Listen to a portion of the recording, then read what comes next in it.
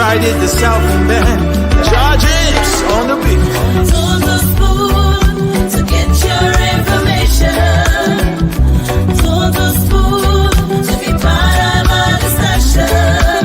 Spoon, spoon, spoon television. Spoon, spoon, spoon radio station. Spoon gonna tell you what is happening in Liberia. Spoon gonna tell you what is happening in Monrovia. Spoon gonna tell you what is happening in Africa. Just to spoon, you will know. There's the children crying for starvation. Just to spoon. You want to get a news update, my brother? To spoon. You want to know what is happening in Monrovia? To spoon. Politicians want to make their decision, just to spoon. You want to know what's happening in the ministry? To spoon. Yeah, to spoon. Yeah, to spoon. You from Vonjema, Maryland, to spoon. To spoon. If you ain't keep on gradually, my brother, to spoon. You got a spoon TV, you got a spoon radio, to spoon. To spoon. You wanna get a news update, to spoon. What? Yeah, Rastafari. Kilibamba, kilibamba, kilibamba. Kilibamba, kilibamba, kilibamba. What I want? Yes, man, you batileo. Spoon TV. Spoon. Yes, man, you batileo. Spoon. Spoon TV. Spoon. Ba. Spoon. Skibidi dabado. Spoon TV. Spoon entertainment. Kuwa. Bese kuwa, kudileo. Kuwa, kudileo. To the spoon. In this country, 18 years of service, hard work. I can go to the U.S. Embassy. They can give me multiple entry visa. If I want to go to America every month, I'll go to America every month. They be claiming the embassy denied me visa. The embassy, this is my proof. The embassy issued me a visa. I'm not saying it, I'm demonstrating it. Ask them where their so-called candidate can even walk to that embassy. Why would you bother yourself with somebody who has been condemned by the whole world? Once America condemns you, the whole world condemns you. Once you are condemned by America, the whole world has condemned you. We cannot waste our time with such an individual. We'll talk more. We'll not say all today. So I just want to say thank you. King, thank you for this opportunity. We are here to work with you people.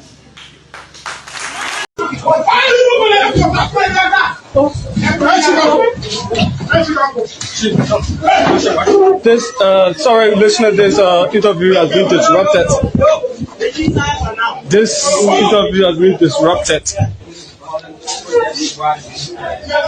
There's a huge, as you can see, the minister is seeking refuge. This broadcast is being disrupted. Our minister, getting too much. In my media, what I want to tell you, getting too much. Getting too much.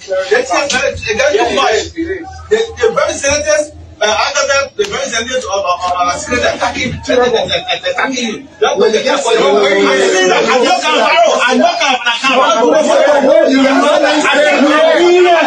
No. To your call. So you can't say that.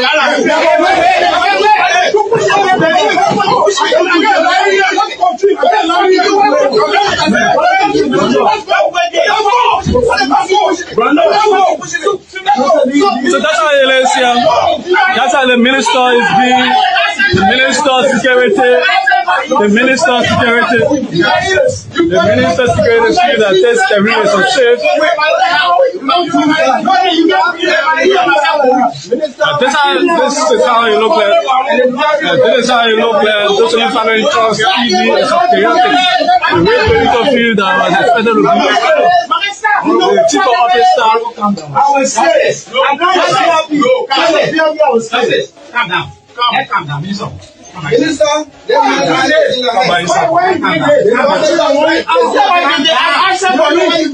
calm down. Justice, calm down. Calm down. I'm here at the phone for him. You were here. You don't know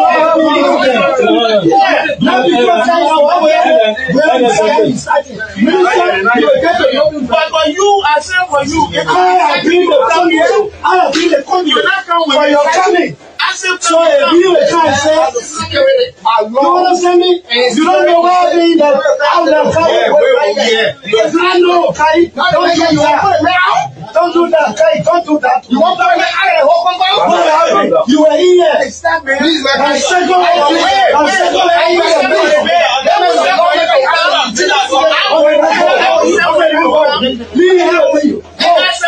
Say you don't know. Say you don't know. Go and read it.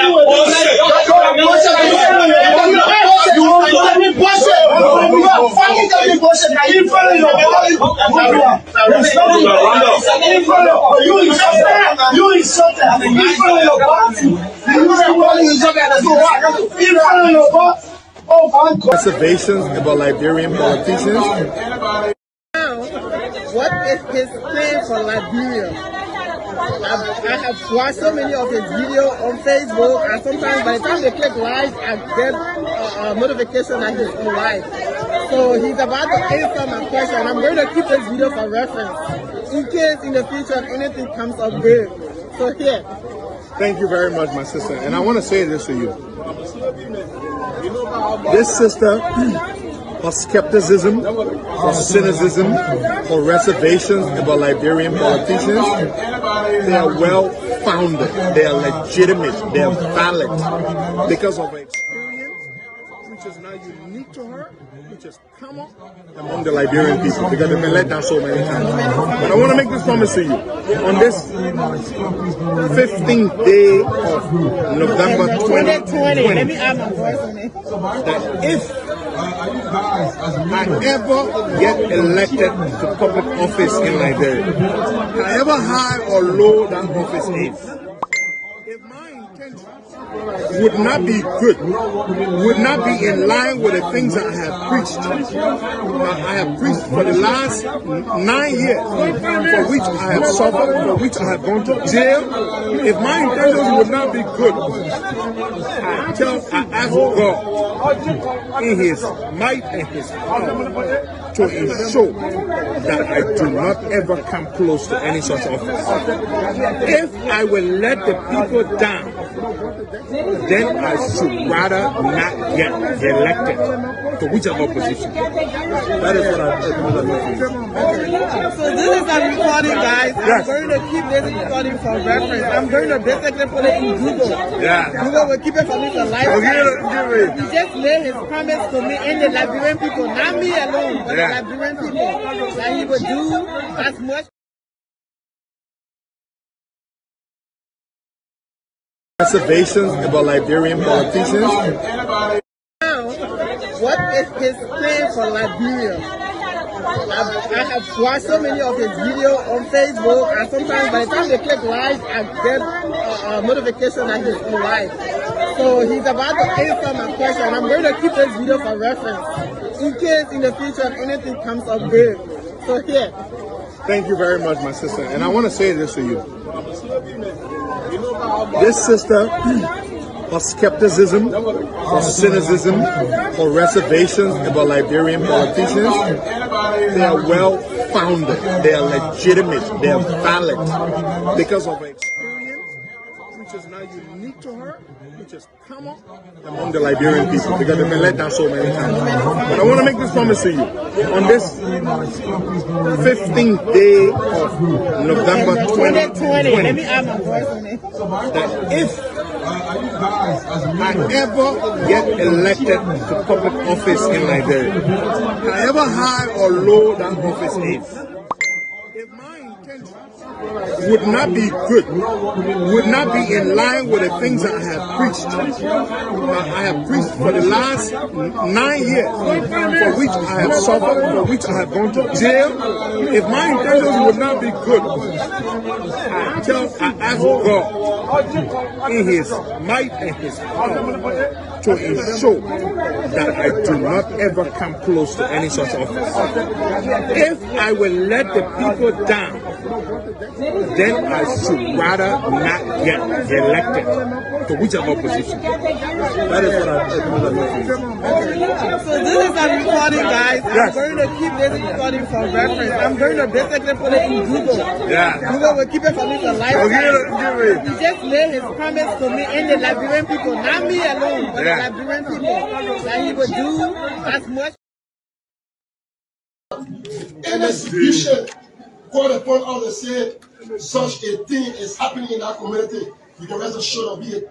An immediate and effective response. Manda!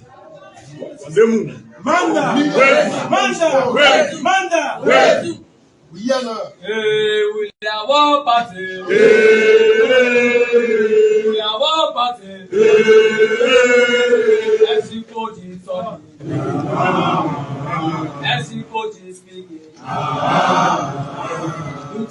Don't be deceived. Nobody can tell you yet. Nobody, no soul yet. Everything that has been expressed is conspicuous bluff being entertained by their followers. It is a way to entertain their followers. Because they know you have a country here, you struggle with your 1% and you can say, and the group of people that will do I can chicken out. You don't know them. I want to say to you, young people, partisans across the land, remain kind. They are trying to provoke you. What we will not accept anymore is to think that how can you have elections? People jump into the street and begin to chatter our democracy, and you think we will go and we will sit as spectators? No. If no one will do that, the youth league under our watch will protect the democracy of this country. I want to say to you the reason we call so that you cannot be surprised. And don't think because I serve as a mayor, we will be on the front burner. We will lead our people that will lead them before. We will be there. Any day that will be announced here by anyone, we want to say to you, similar day will be announced by us. And whatsoever you are, we will also be there and we'll meet in flesh and blood. So as Liberians, and to see exactly whether you got the capacity to threaten our peace. Thank you very much.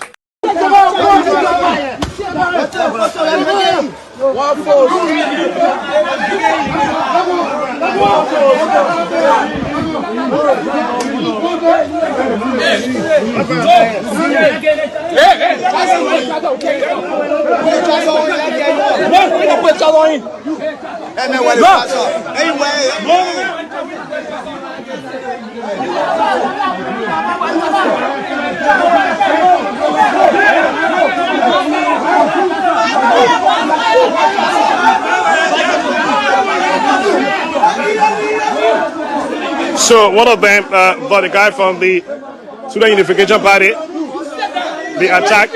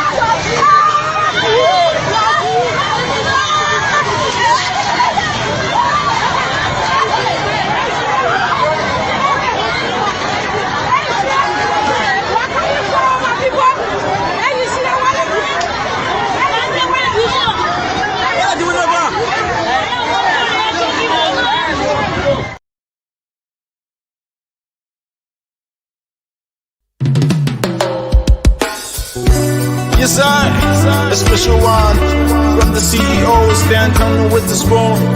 And your boy, Friday the Southern Band, Judges on the beat. To the spoon to get your information. To the spoon to be part of our discussion. Spoon television. Hey, thanks for tuning to Spoon Television, Spoon Radio.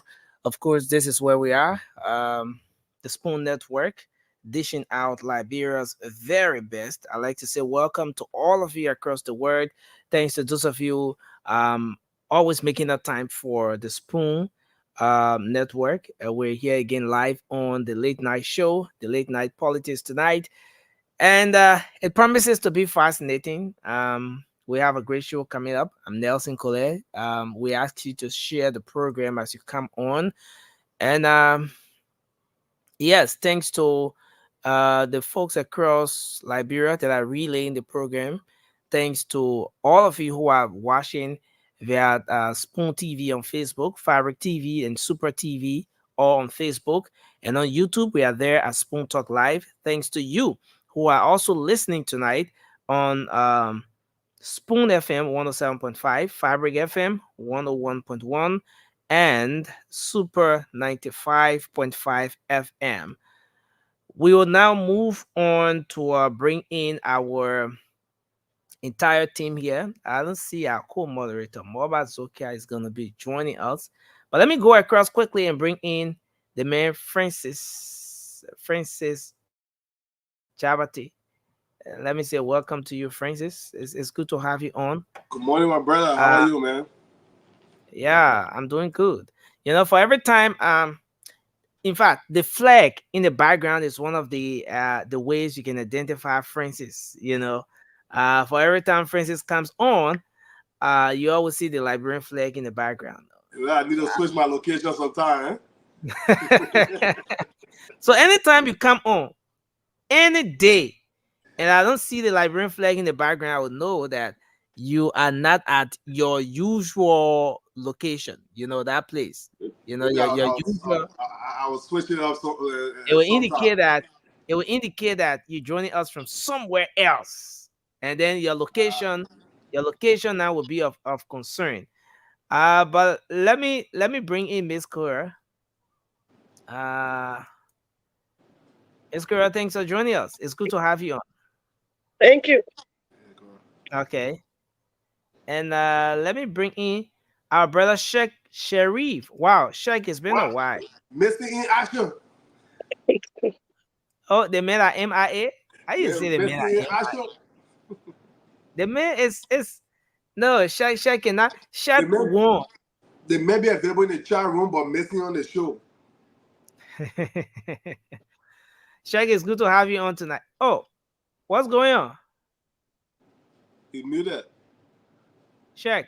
Yeah, so I had to go away for some time. So I underwent surgery on my hand. So I informed some folks in the chat room. So yeah, now it's just about now that I'm actually feeling better, but it was really bad. So Glad you're okay, bro. I'm glad you're okay. Yeah, so that's why I went away.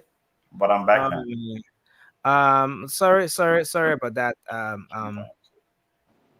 Sharif, and yes, I'm glad that you're recovering now. Yes, you know, sorry about that. Yeah, and I too, you know, for every time I sort of think about this, you know, I say, oh, I haven't seen Shaq for a while. I want to reach out, but then before you know it, stop that story. You got my number. You got everything for me. My man. No, that stirring part, you can hold. I already wrong. And let me publicly apologize, you know, for not reaching out. But you know, I've always had that in mind. Though I wasn't aware, you know, about, you know, this whole surgery thing, but I've always had it in mind. You know, like I do when I've not seen some of the folks, I'll try to reach out most times. Yeah, but yeah, apologies for that, my man. I thought we were brothers from down the line. My man, don't bring all our thing a year back. Don't bring all the thing a year. I know I owe you 100 LD. You tell it you on the 100? motorbike. When did he pay the 300? 400. That's the one I'm about to pay the man 100 LD quick. Oh my word. There you have it. Every time the man say I owe he give me like bro. Three more. That full. The man say he came like bro. He came to but honestly, Sheriff called me like 3 times. I was always maybe not at the station or somewhere else. You know, we kept missing each other when he came in Liberia until I got to realize that he left the country. So the man said he 400 he paid to get a motorbike, pay that money. But anyway, but it's good to have you on, Francis, man. when I'll get my money, Francis. My man, so you take it from me now, you send it to Francis?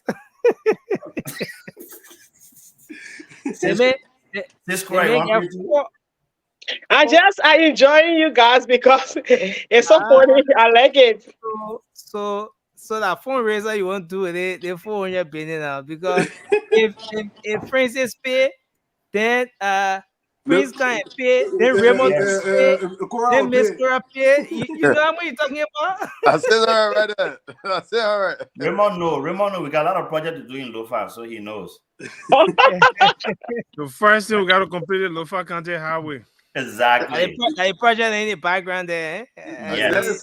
That is what they know. Yeah. Thank you. That's bringing towards it. Yeah, man, but it's good to have you on, Sheriff. Apology accepted. Yeah. But Nelson, you know something? The picture they posted today, I really love those pictures. You know? Oh, he laugh at himself. Oh, you see that one, Nelson? You gotta bring that else. Look, Mr. Fagon is that man doesn't like peace. He love violence. I said, if I look at Nelson, I said, I don't know why the people win. My ever sent picture and imagine this was I think 2013 or so. Oh my god. The first photo I ever uploaded on social media. Yeah, we are looking for our parents.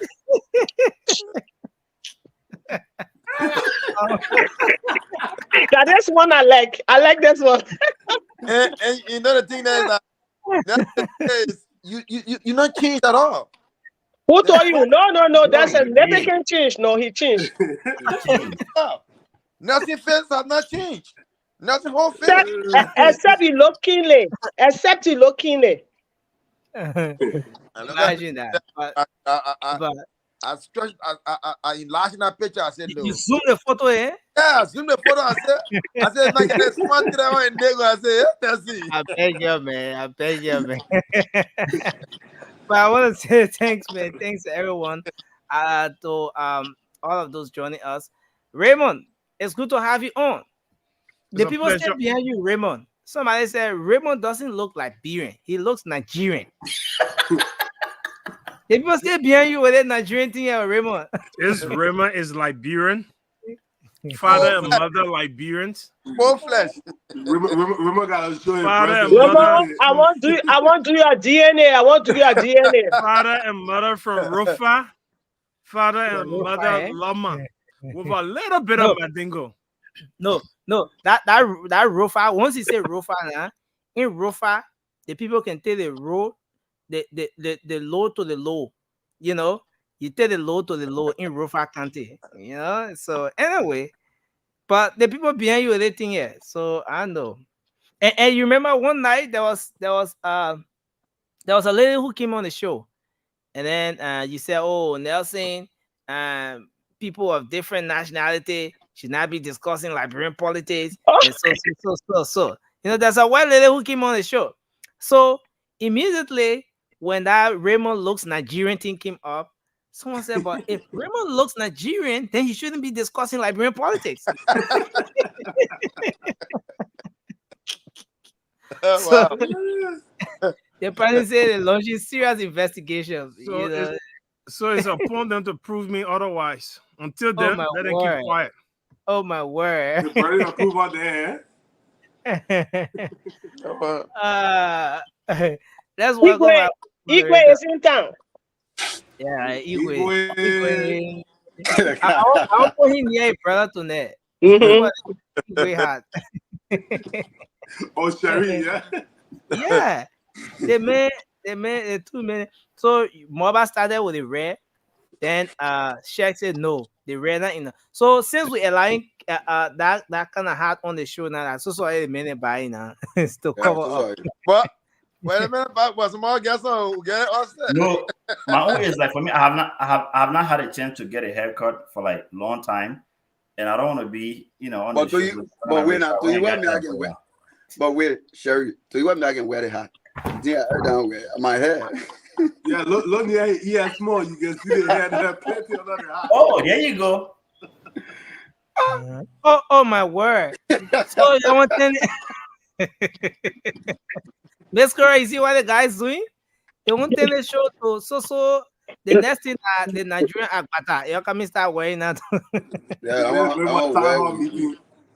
Yeah. Nelson, when you see men behaving like this, it means that people are admiring them out there, especially women, and say, I like that hat. Then they'll pretend and say, because I hair not cut, but something more than that. Yeah. Okay. Let me let something out. Let me post something outside. Yeah, put it outside. Let me post something outside. We get evidence. Stop it, Cisco. Stop it. I don't usually do this, but let me post something outside. Thank you, Nelson. Philip Bala, welcome. The people say I'm come and pull it outside. So Raymond called me the other day. Raymond called me the other day. Okay, let's forget Raymond. Send Raymond out on the street. Sheriff called me the other day. Sheriff said, Nelson, you know what? I said, no. He said, look, the number of messages in my inbox have increased. The number of cut it out.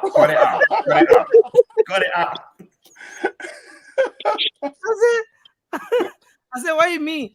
He said, no, I mean the number of messages and friend requests for me, it has increased. I said, Somebody said, remember some Nigerian musician called Harrison. So no, Francis married. Francis in the message. Francis' wife, she follows the show religiously. She's watching right now. So Francis, I will not talk. I mean, so as I was saying about Raymond, the only person he allowed to talk about here is Raymond, because all only the men are married. He run away. Oh, you mean Raymond is still? The man said he read. Oh, you see that man here? No, but the man was yeah, I told you. Go outside and trouble on this show, yo. Seriously. No, Miss Cora, you brought something very interesting, and I think I got a message. Look, the audience, all our people that can follow this show. You just get ready. We'll do it segment by segment. From Raymond to Shaq, from Shaq to Cindy, from Cindy to Francis Empire. Just small. I don't want to know why. But gentlemen, and that's it. Women can see this, they can feel this, and they know everything. These guys are looking so good with their hat on, Yeah. Is it Raymond? Cisco that troublemaker. You see what brought the whole topic here. Where you brought it on from again? Please. Change the cassette. Oh, okay. Now good song, now good music. Now good song, now good English. Okay, guys. Okay, let's move ahead. Yeah, so we have a lot of things, a lot of issues, a lot of things going on in the country right now. We woke up to news of another batch of government officials that were captured in the U.S. Treasury report again on this whole sanction thing. We're going to talk about that. Aside from that, there are other things happening in the country as well. we'll touch on as we move ahead. But I want everyone, since we're just few here, to just do the what's on your mind quickly, and then we will move on. So maybe we can start with Prince, Raymond, Francis, and then we just follow the queue. All right, so let me say good morning to you, Nelson, from my end, and good afternoon to my fellow panelists. What's on my mind? Again, I always tell that Brentpo thank you because of the sound decision they made for the past 4 months that we see it come to fruition comes January 22nd. That's one of the things that is grateful. I know the other issue will be our talking point that seeing the lady that was brutalized. That lady that was brutalized massively like that, but I don't know who, Liberians. That girl, I can say like a little sister in our community to me. Wow. Her name is Mama Simmons. Her father is like her father was my godfather in the church when I was getting baptized in the Catholic church.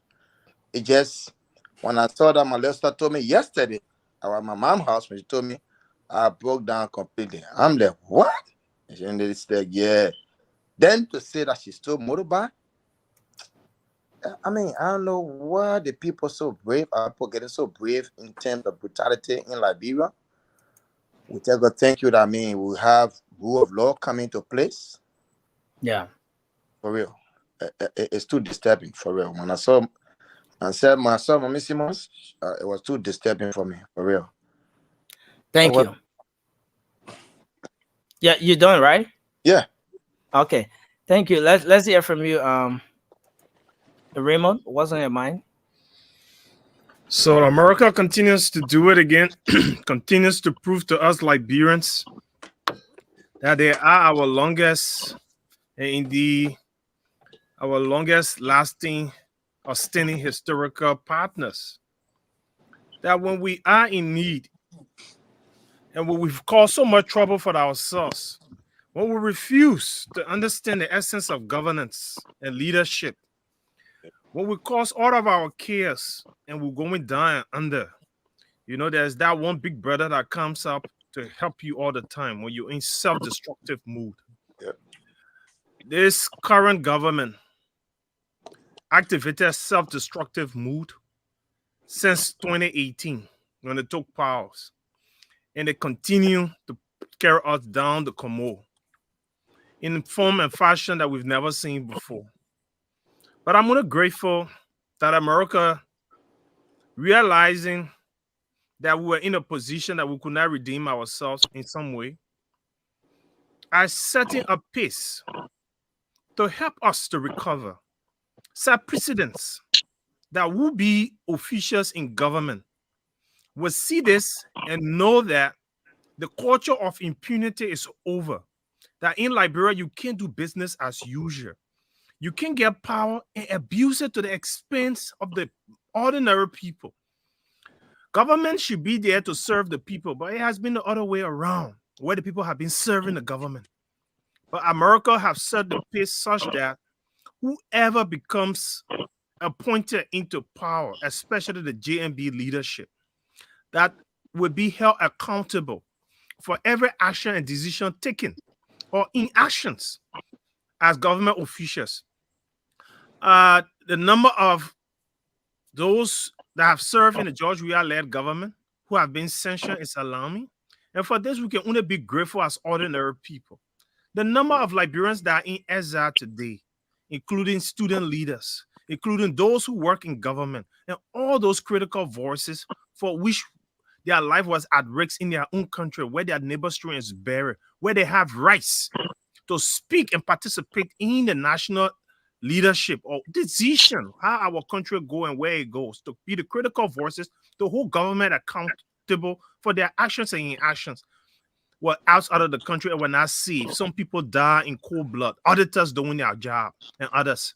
We want to thank the Americans that they have set such a pace that we Liberians cannot afford to do business as usual. The dawning of a new day where our government and all other people, including business people who collude with government to do corruption, will be held accountable. It's nothing but joy. And I like the Thank you. post that PYJ put up. My Yeah, brother, we posted for me. Raymond, you're moving deep into our talking point tonight. I just what's on your mind briefly is not your regular 2-3 minutes that you have, but thank you, Raymond. Okay, Thanks a thank whole you. lot. Okay, so let's hear from Francis. Go ahead. Yeah, my bad. I was thinking one time the song I was thinking about was remix it. Joe Biden, I'm with there. Oh, yeah, I'm with there. Oh, U.S. Treasury, I'm with there. Oh, yeah, yes. Thank you. You mean wait? I know that song. They say Musa Ken.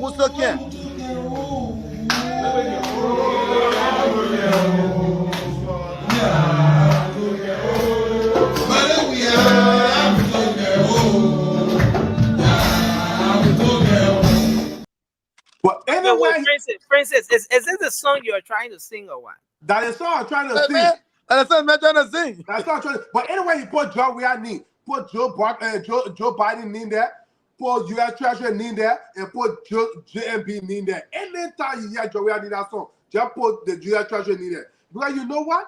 We thank God, my Liberian people.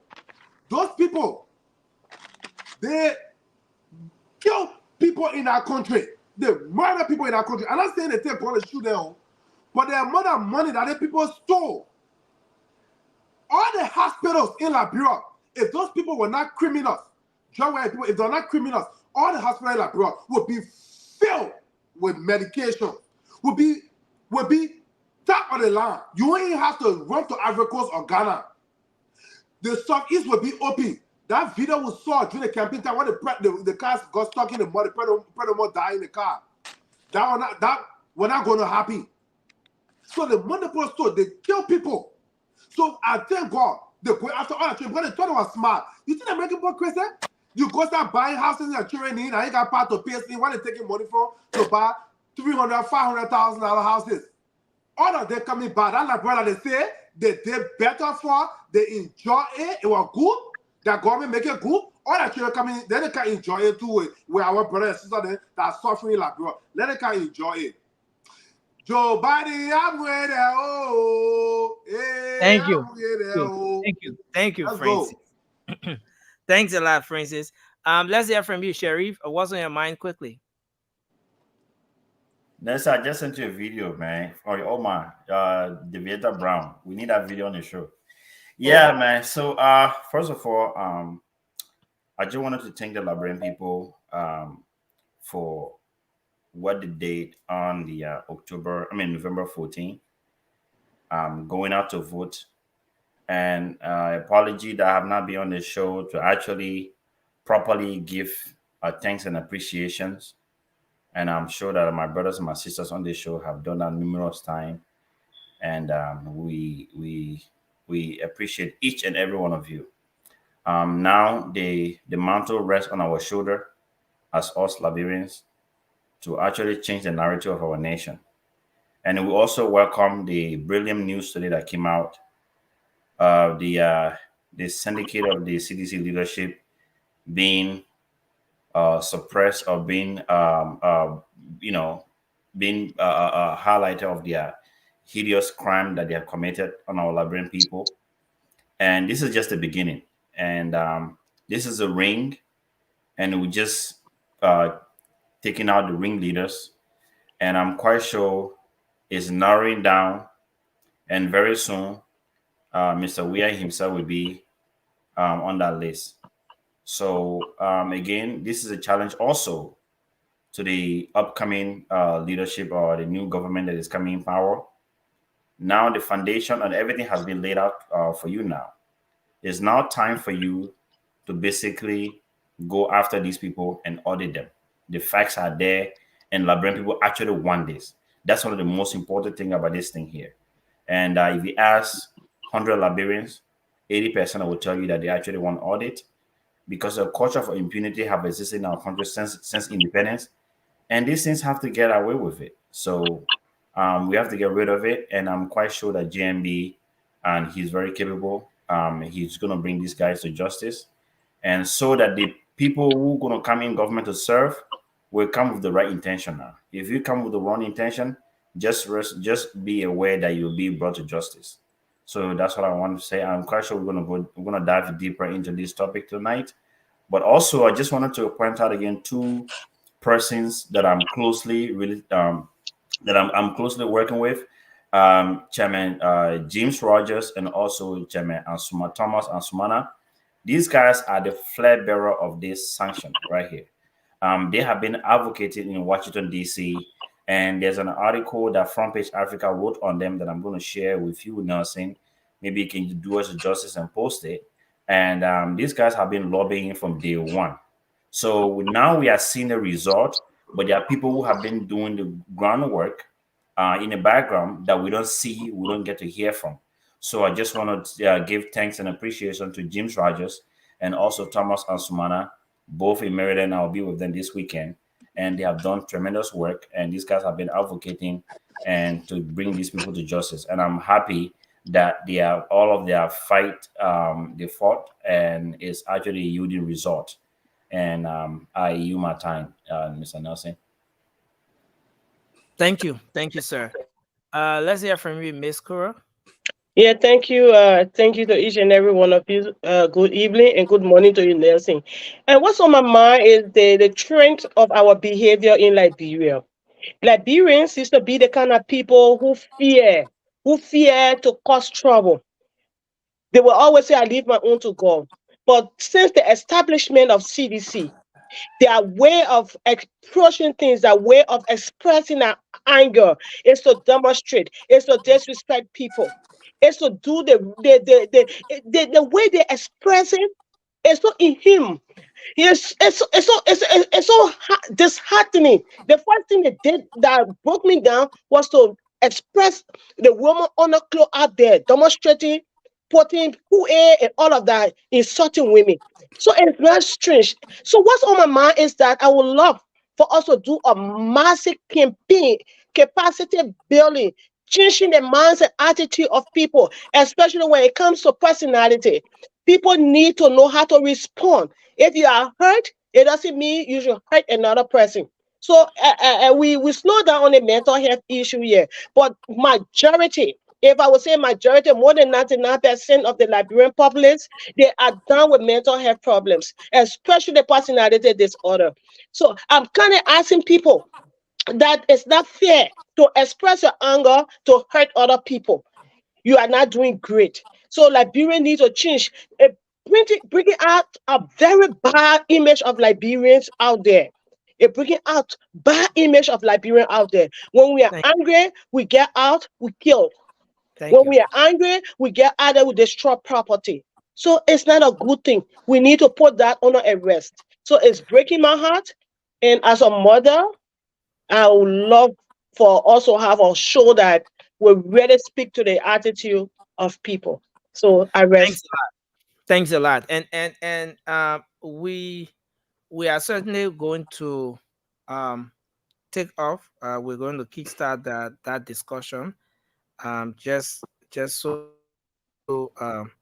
our public know, we are not putting that to rest. We're not canceling it. We are making some adjustments to be able to take on the mental health discussion that we started. And aside from mental health, there are other issues as well that we will be looking at aside from the regular training issues that we get to talk about. But again, thanks a lot, Ms. Cora. I appreciate you. So everyone have done their what's on their mind, right? I'll tell you. Oh, okay, mobile. Okay, so it's level. I say you want John over me. All right, take it, Nelson. You know, I'm so excited today, but we will still ask the American government to bring more sanction. And for me, I want Ascara Gray to be on sanction for the act and carry on the University of Liberia.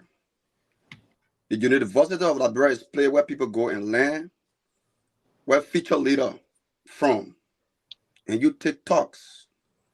You just buy coach for them, and then you take them on the university campus, and they brutalize student on camera.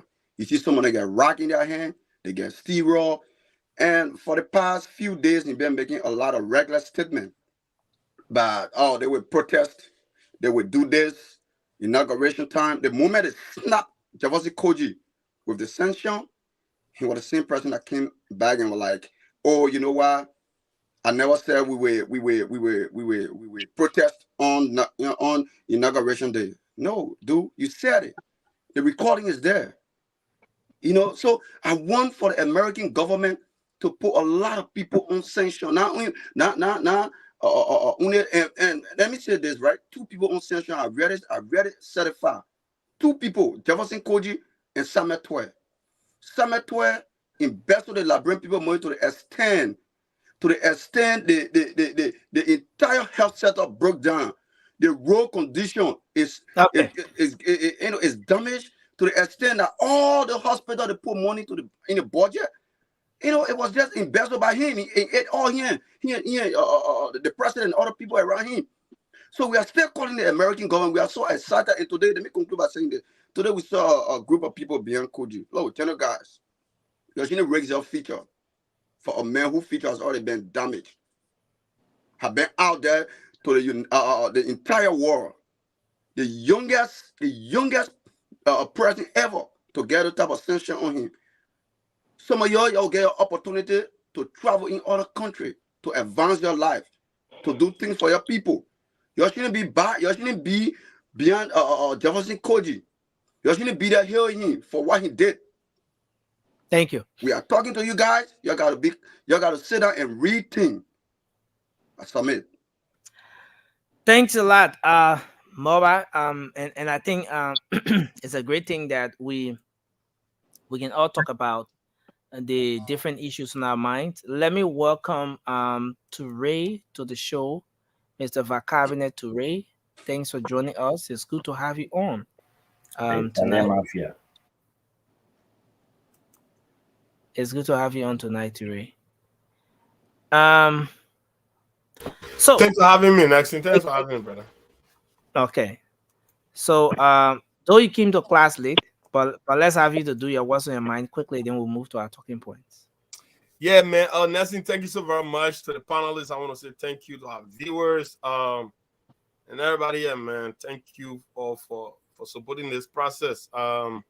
It's because of you guys that we come on here every night. If you guys are not watching and commenting and liking, trust me, it wouldn't have worked for a while. But what's on my mind, Nelson? I was privileged to have attended a victory celebration by the diaspora. Okay. A few sisters, man, I came together to put something together for the president-elect. But what was surprising enough for me was that, I mean, people do appreciate what we do on here.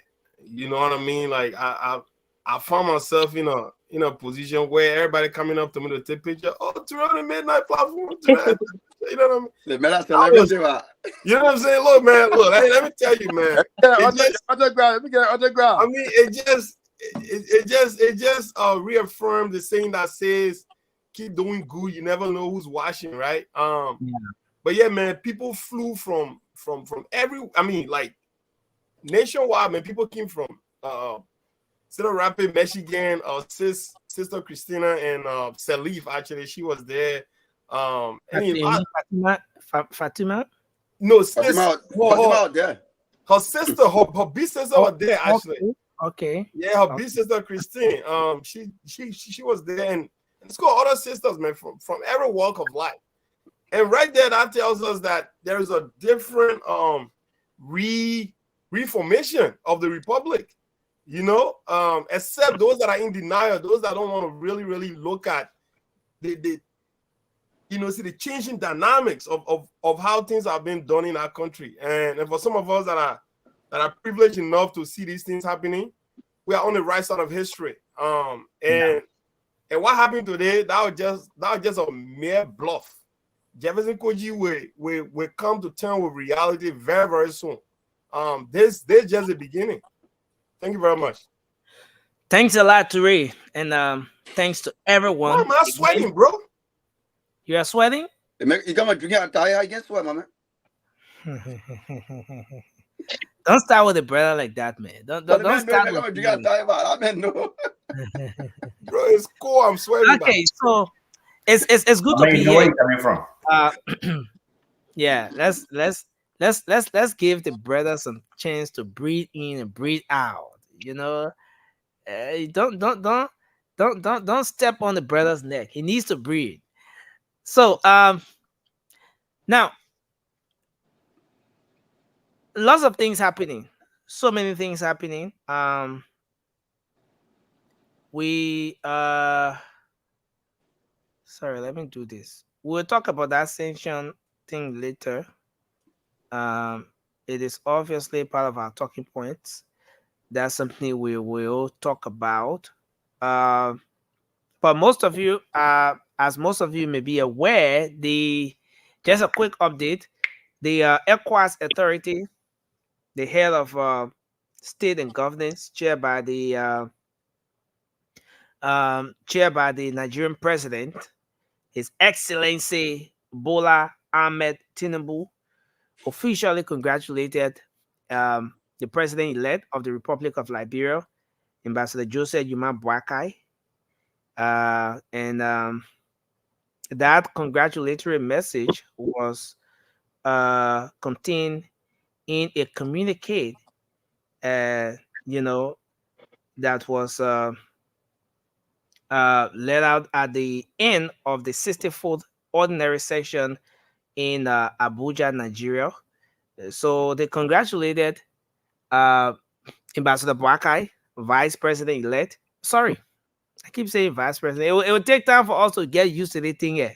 We used to the Vice President thing too much, but the President elect of the Republic of Liberia, and so he will begin to participate now in the summit beginning 2024. But they congratulated him, recognized him as the president-elect of the Republic of Liberia.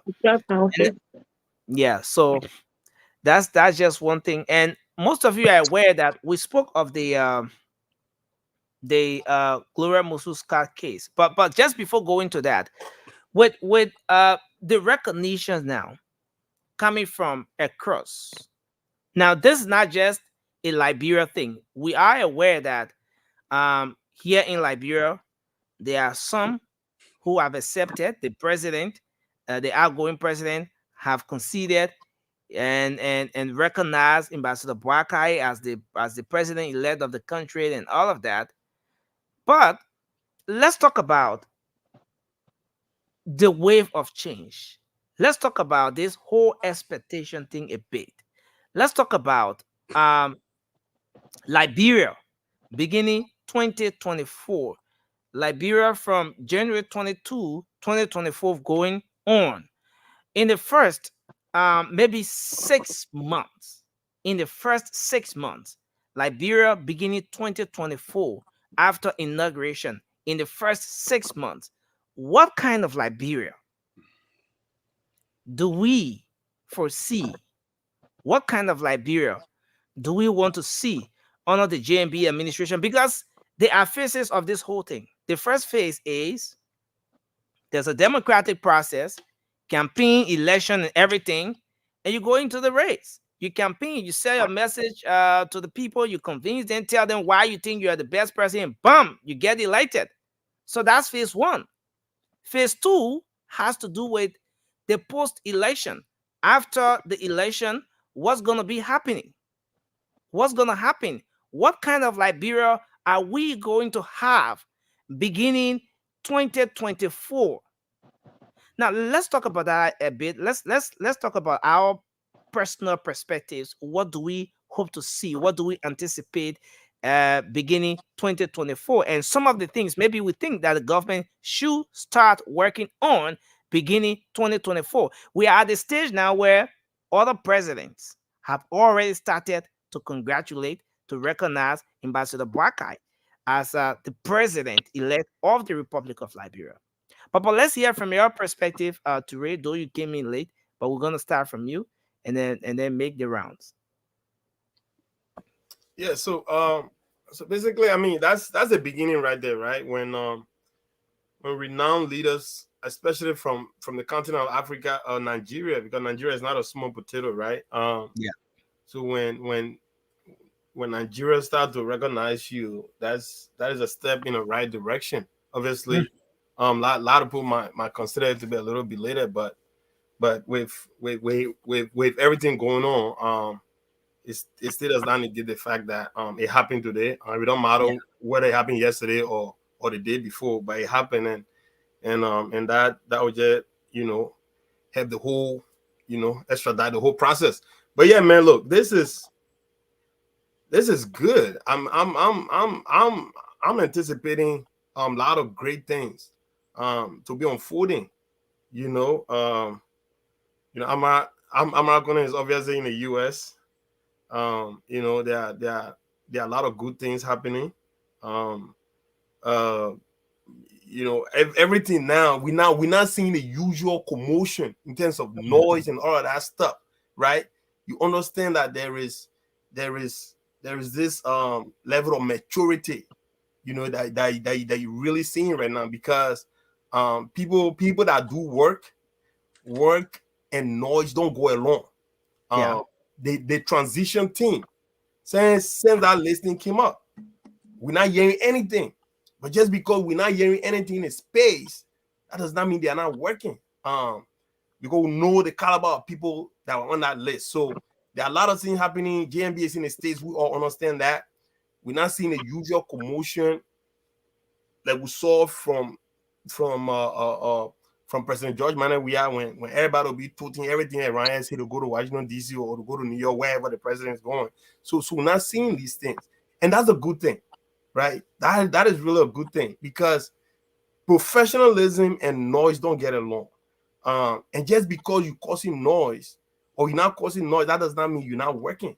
So I'm really, really impressed about what is happening. And I couldn't be, much prouder as a Liberian to see exactly how my country is trending. There are a lot of things that we're supposed to work on, obviously. As time goes on, we'll talk on some of these issues that you have mentioned, Nelson. But right now, I'm very, very much pleased. Now, let's talk about the new Liberia from your perspective, beginning January 2024. What do you envisage? What do you foresee here? What is that mental picture, if I may say it that way, that you have talking about Liberia beginning 2024? So I'm definitely looking at a total, realignment of professionalism, accountability, obviously, knowing what you are doing, kind of thing, right? Because what we saw from and I keep going back to to the past government, is that we obviously we had country, but the actors and actresses that were there, they were not, at the, like what the Frenchmen call la creme de la creme. These were not professional that you obviously, and no, look, I'm not trying to take a shot at all of them. There were a lot of decent men and women working under President George Manuel, but at least in places, some of them were misplaced. Some of them were not in area of expertise, like the mayor. You know what I mean? And we can go other places where people who felt they were not really placed in an environment where they had the prerequisite skill set to to do what is required of them. So I know very well this government going to be coming 2024 JMB government. They're going to be very, very intentional with their placement, and they're going to put people in position where they can excel, and bring opportunity, but not to be a liability to these positions. So I think that's something I'm looking forward to. Okay, so let's hear from you, Francis. Yeah, for me, in his first 6 months, I would expect that by then his entire cabinet will be announced. So I expect that JMB will be a man of his word and make sure they all have declared an asset. If they get $100 million in their account or $10 in their account before taking office, that should be made known. If they have 10 mansions or 2 zing round, that should be made known. So that the example starts with him.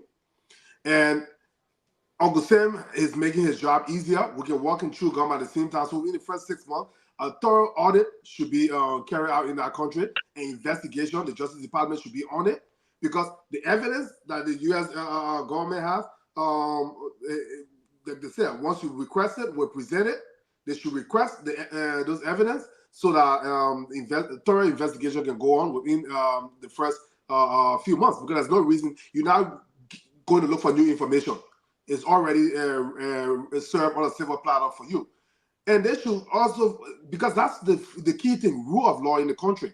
And it starts from those senior officials that we are now talking about in this outgoing government. It shows that it's still a strong message to his incoming officials that what we are doing now is what Liberia needs.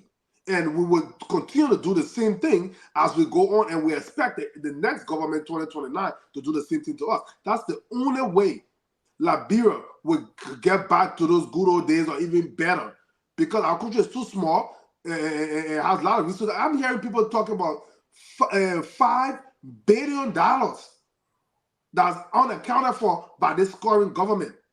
Do you know what $5 billion, even $1 billion can do for Liberia? That's crazy amount of money. So we need thorough investigation in the first 6 months, audit and all that stuff. And his folks should declare that asset. So that's what I look forward to in the first 6 months. Thanks a lot. Raymond, let's hear from you, sir. So my expectation first from this government would be based on what she campaigned about. And one of the reasons I even supported them for a change. About leadership. JMB, every opportunity he had to discuss the issue in Liberia, he mentioned the lack of leadership, and which I agree with. So I expect to see responsible leadership. I expect to see a government that serves the people. Put the agenda of the people first and foremost. And I expect to see the natural resources and all the concession contracts that are going to be signed by the government will be in the best interest of the people. I expect us to see Liberians who serve in government, and even the government own all of the various sectors, will be upheld to a standard, acceptable standard, not doing it the Liberian way or the African way. And I would even expect that JMB leadership will even affect their sub-region, because we saw in most recent that election results coming from other African countries, including Nigeria, Sierra Leone. The Carter Center had a release urging the Election Commission of Sierra Leone to release the results from the various polling places after tabulation was conducted. And America, being our historical partner, held us to that standard. Held pressure on George Weah and his cronies as much as they did all that they could. And they took you from Sierra Leone and Nigeria. And again, the Nigerian elections were questioned. Were a lot of controversy. But like America realizing what was happening in the sub-region and the turn in which elections were taken, called us to caution and said there will be consequences. And based on that, as much as we noticed there were a level of ballot stuffing, we noticed a level of voter intimidation, we noticed pre-marked ballot papers and the likes. We even saw the results from the sub-region, first of its kind ever in the history of Liberia, for the numbers of votes from the entire sub-region to be up to 80% and for one candidate. Never that have happened. But then new turn we saw, and we saw even before elections, when the census were conducted, one of the southeastern region, that the number of registered voters increased by far compared to other parts of the country. We could see the pattern, yet and still, America held us to a certain standard, and the election results were able to reflect the victory of the Liberian people. So I expect to see Joseph Boakai take that leadership up to the level of ECOWAS and even that of AU, where Africa can be redeemed. I think this is the dawning of a new day for us, and they should not remain with us, but should go by and large. Raymond, what do you make of this aspect where leaders in the sub-region now have started to congratulate, recognize Ambassador Boakai, and you have folks here, some individuals in Liberia still not seeing things that way. For example, we played the other day a video of Eddie Terwale who said that, in fact, Ambassador Boakai, you're not our president, the election was rigged, and all of that. Well, for me, that's petty cry from petty people. You know, a great man has a great mind, and a great mind see positive things and work towards it. Yeah. Petty people look for crumbs and clinch onto them because it suits them. It whets their appetite. It's in their best interest. So I wouldn't want to give such people credence. But I will use this opportunity to speak to every Liberian. Let's be on the side of positive change. What that works for all of us as Liberians, because no one single Liberian is more Liberian than the other. And it's a time for a change, and you can't resist change when the time for change is right. And Liberia has to change, and things have to get better. And even the leaders for ECOWAS, they're compared to. That's not what they want. Like the results, election results in our sub-region have proven that everybody have clinched onto the old way of doing business. Use your power, abuse it in your best interest. But Liberia again have set some precedent that we're going to hold all of them to that standard. And we're not just going to sit and look at our own backyard and keep our mouth mute. Maybe we didn't use the same voices to critique and criticize and even look at other elections critically. Maybe we should use our own voices now to raise up the awareness happening, because injustice anywhere is injustice everywhere. Thank you, Raymond. Let's hear from Prince, and we will move to Miss Cora and then Sharif.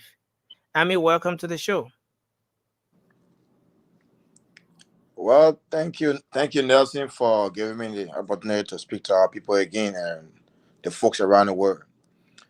You know, first and foremost, the expectation for Boakai is that, you know, when that's what I said, leader is born. When a leader is born and you see the way he or she acts and the followers that comes behind them, you know that leader has a lot to offer to his people. You know, when the president of Nigeria sent a congratulatory tweet today to Boakai, what you been waiting for? But Raymond just said just now. You should have said it. Joe Biden already recognized Joe Boakai. He never think about Nigerian president or anything about him either. Because he knows for the well to him first, that the election was free and fair, conducted. The people tried, they play around it. But the thing that came from at least the main force and foe for Liberia that Liberia called their big brother was on top of its own game.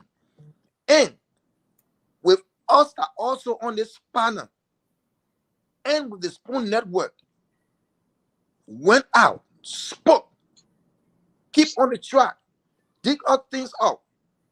So for that reason, people could not just play with the election. That's one. Two of it. You know, when Liberian Potayi say they tired with you, I don't care what you do. They will be tired and they will get you their mind. And they will speak to you in the anger. That's what Liberian did to the citizens, especially Jawia. You can never have any government that from day one to the end of the day that not fire or did reshuffling in his cabinet. First of all, in Liberia. Now, what are some of the things that we will see changes? Beginning 2024. What kind of Liberia do you have in mind? Oh my God, Nelson, I can't even believe it because I just want January 22nd to just be here today for Liberians to see the prospect like the old man I've been talking about. Okay, so let's talk about it. Let's talk about the first 6 months. Okay. Yeah, and I want you to be a bit specific about maybe one or two things that you hope to see. Right. Okay. First thing first. In the first 6 months. Nelson. So wait. So like on the yellow. I just seen it, man. Just seen it. All right. My boy be on here long time. But just seen it. I'm gonna get my glasses. Anyway, go ahead. The first 6 months. Yeah. All right. The first 6 months, we expect. I know that we just coming into being, into power, but yet and still with the leadership ability that we have, we're going to see first thing first. We're going to work on the CSA, the Civil 7 Agency. That's number one. You got to work on the CSA sector because even the people that then you remember earlier I said first thing first we got to know the turnover note that will be turned over on the 22nd to see what that balance looks like. The balance, what it looks like. That's number one. When you go to that, then you come back to the drawing board to have your CSA, the Civil Service Agency. Those are already in government that have not taken pay for months, for years. How do you reconcile? How do you bring back the harmonization that they carry on? While I'm making 200, they take 150 from me, they give me $50 to see how we structure it back. How we put the mechanism in place for finance ministry or the $4 billion that we're talking about that there is no accountability for. Those are scenarios that we'll first work on within a 6-month period. While targeting that, we got to make sure that we start to show our face out there for investors to be able to start to migrate to our place, to our country. Because why? We are investors coming in Liberia. Believe you me, you're going to get the same old running around. You need investors. You need private entity so that at least they can be able to work, to have your opportunity. And back with the concession agreement that already been signed, I asked Honorable Baka to revisit everything. In Mountain, in Bombay.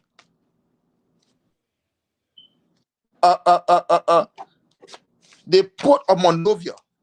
The port of Monrovia, the gateway to the economy of Liberia. The free port of Monrovia. You got APM terminal there, stealing from Liberians, like as if to say they got no remorse. You never continue to the country. Why the people get you 21 days, the people get you 5 days. Who does that in the developmental area? Thank you, sir. Josh, welcome to the show. It's good to have you on. And then we'll move to Miss Cora, right? Thank you. Is Miss for having me. Okay. Am I audible?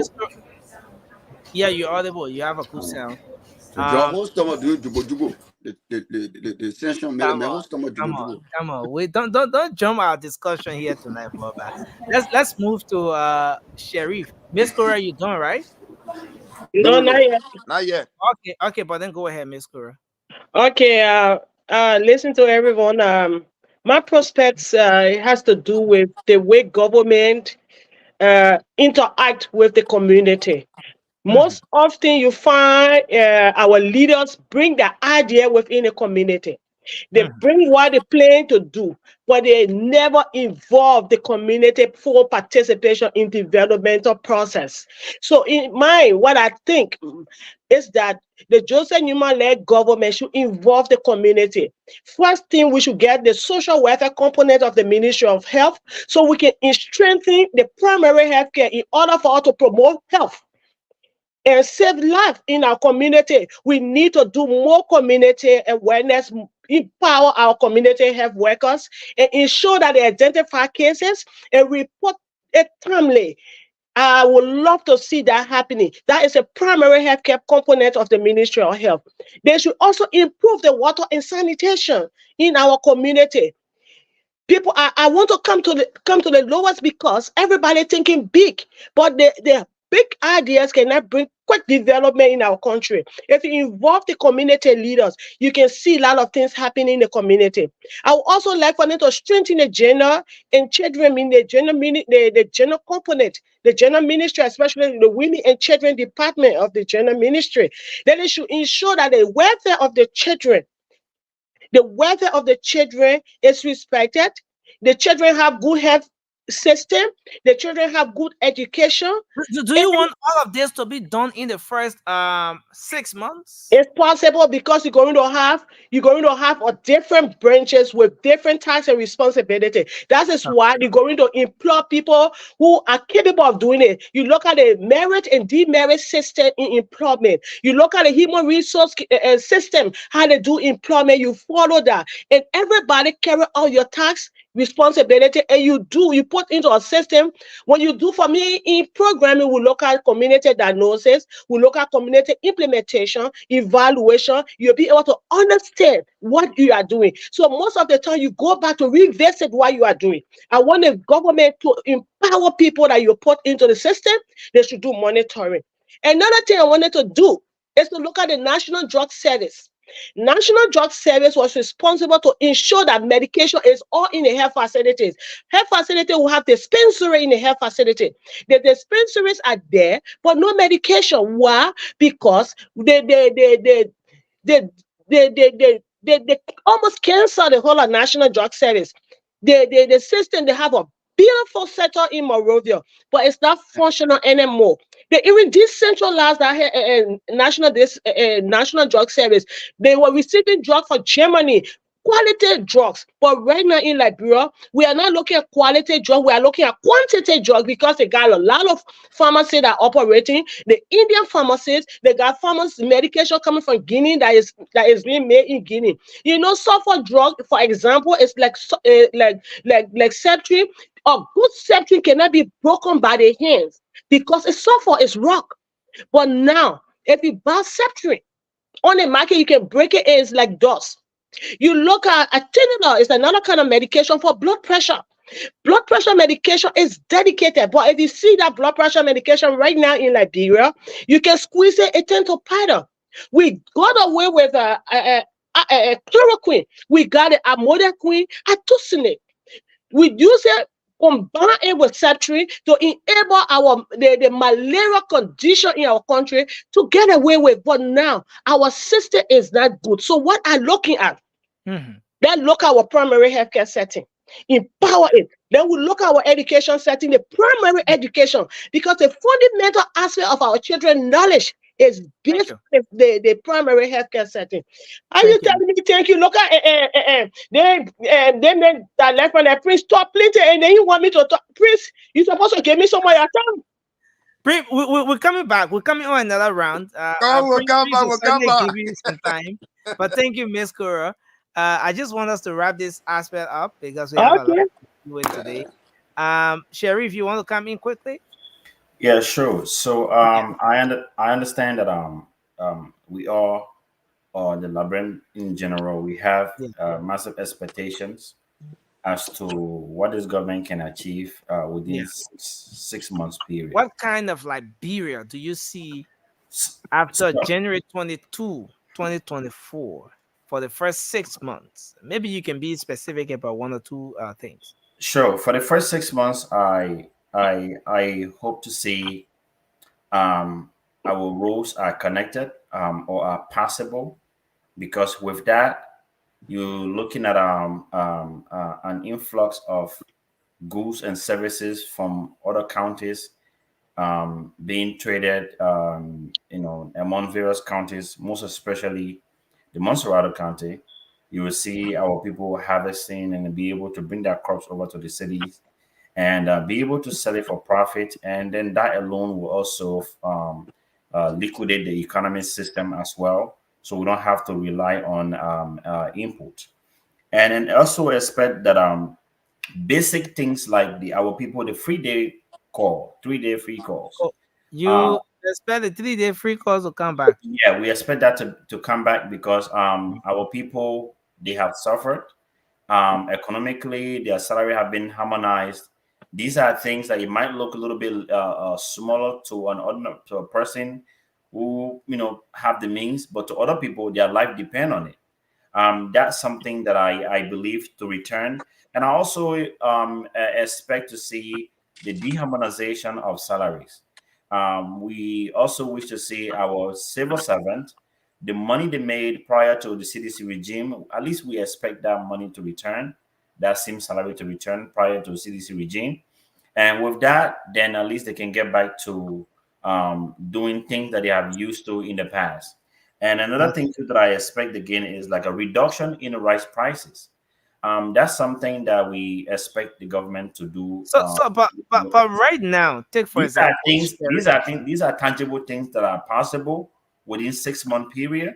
We're not saying it's that 6 months.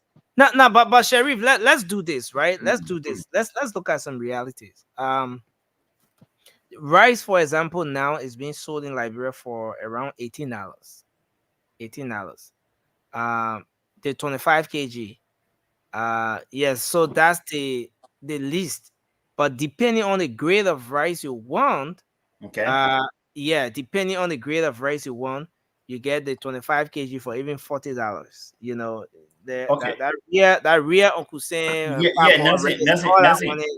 I'm just gonna give it an answer right there. I'm gonna give it an answer real quick. The reason why that I lay out some of these things, these are all achievables within 90 days. Matter of fact, the reason I'm saying is, let's say for the right example, I'm going to tell you how you can bring the rice price down. Right now, we have monopoly in the rice market where you have Fuani Brothers and another company that's only allowed to import rice in the country. What do you do? Yeah, exactly. Ask every single Liberians. There are Liberians that are in America here who are capable of sending 5 to 6, 10 containers of rice to Liberia. Open a market. Ask every meaningful Liberian, bring your rice. It's no more monopoly market. That alone. You think this open marketing is going to solve the problem? Because it can solve the problem because now you give people choices. From the global scene, there are lots of factors that are playing out there. It's the open market. Monopoly can kill economy. Monopoly kills the economy. Hey, guys, monopolies, if I may, I can determined by whoever is the importer, whoever has the monopoly over the market. But I still have a minute. Let me just. Raymond, you were in jet. Let's ask Sherry to end up in 45 seconds. Yeah. So that just one aspect that I just give the solution to that in just nutshell. And then that's just one. And another thing too that I believe that Liberian people want so much now is the auditing. Everything doesn't have to be completed within a 6-month period, but at least the process should be in initiating stage, or should be already be in process within a 6-month period, because Liberian people are asking for this, and we need to give them. Sharif, with respect to that auditing, I know you're wrapping up now. We need to go to George, and then we sure. and Mobile. But with respect to that auditing, I hear a lot of time people talk about audit. The incoming government needs to audit. Are you guys talking about the audits that have already been conducted? Because those anti-graft institutions that have been set up, they're doing their audits. They're performing audits. And if you were to ask some of those people, they will tell you that we've audited this, we've audited that entity, we have our reports.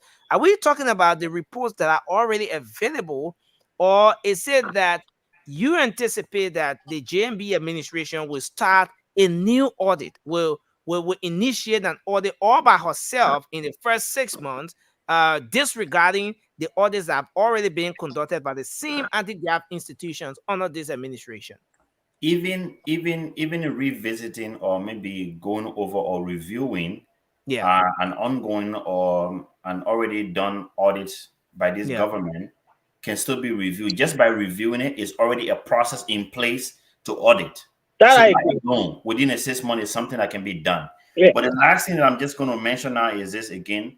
I understand that there's going to be challenges getting professionals for every single department to do the right thing. Like, for example, in the healthcare sector, we have lapses in those areas. We have lack of talent in so many other places. You've seen people being appointed in position that they are not even qualified to serve, or they are not even trained to serve in those positions. You see someone as a lawyer serving as a boss for LTA telecommunication department, or you see someone who has no background in medical field is serving as a director in a medical administration field. These are lapses that needs to be filled. And I understand it's going to be challenges for this government. This is why we're asking each and every well-meaningful Liberian, skilled workers, they have a background in any field, you will be appreciated in the upcoming government. Make yourself known, reach out to the right channels, and they'll do everything possible to get you acclimated into the system where that you can contribute to your nation. Because see this, see it as a job. Thank you. See it as 45 a seconds exhausted. Thank you, Sheriff. Let's hear from you, Josh. Then we take. Can I just chip in to support what Sherry said? Okay, yes. I saw your hand up. You were trying to make a quick point. So just do that in 20 seconds, Raymond. You see, leadership is very important in our country. And when during the Ellen Johnson Sirleaf, Joseph Barker-led leadership, the issue of rice and energy in general was critical, especially leaving it to the importers alone, who could inflate prices and not have price control. What they did in order to have these things was to talk to their bilateral partner. And I will just give you one instance, the Japanese.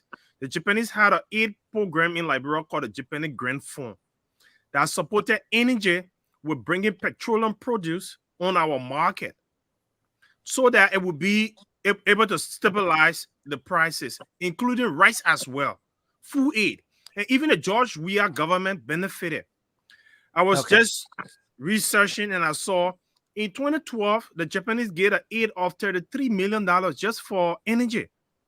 And there are multiple times they have given food as much as rice. So yes, we are able to talk to our partners, our bilateral partners, and have them able to help us to stabilize these things. If that's what we want, if that's the kind of aid we want. But the George Weah-led government, let me give you an instance. The Japanese Grant Fund, they got a lot of projects in Liberia. When George Weah came, in the first year, he put his hands in the people's money. The Japanese government were among those 10 embassies near Liberia who wrote the government of Liberia and told them to stop putting their hands in their project money. And that's how those kind of things got destroyed. And you see the hiking prices. Thank you. Thank you, Raymond. Thanks a lot. George, let's hear from you. At this point, George, beginning January 2024. Yeah, we're gonna go to Ami and Moba are the two co-hosts will go. We'll move to them. But let's hear from you, George. Beginning January 2022, what kind of Liberia do you foresee? What kind of Liberia do you want to see? Beginning January and maybe for the first 6 months, you can be you could be specific about one or two things that you anticipate as well. Look, Nelson, thank you for having me. I'm really optimistic, about what Liberia can achieve going forward. I expect a lot of good things. I expect that when I'm driving through the streets, there will be no street sellers. I really hope that things will change for the positive. I've got nothing to hold back. It's just, I think that so many good things are going to happen.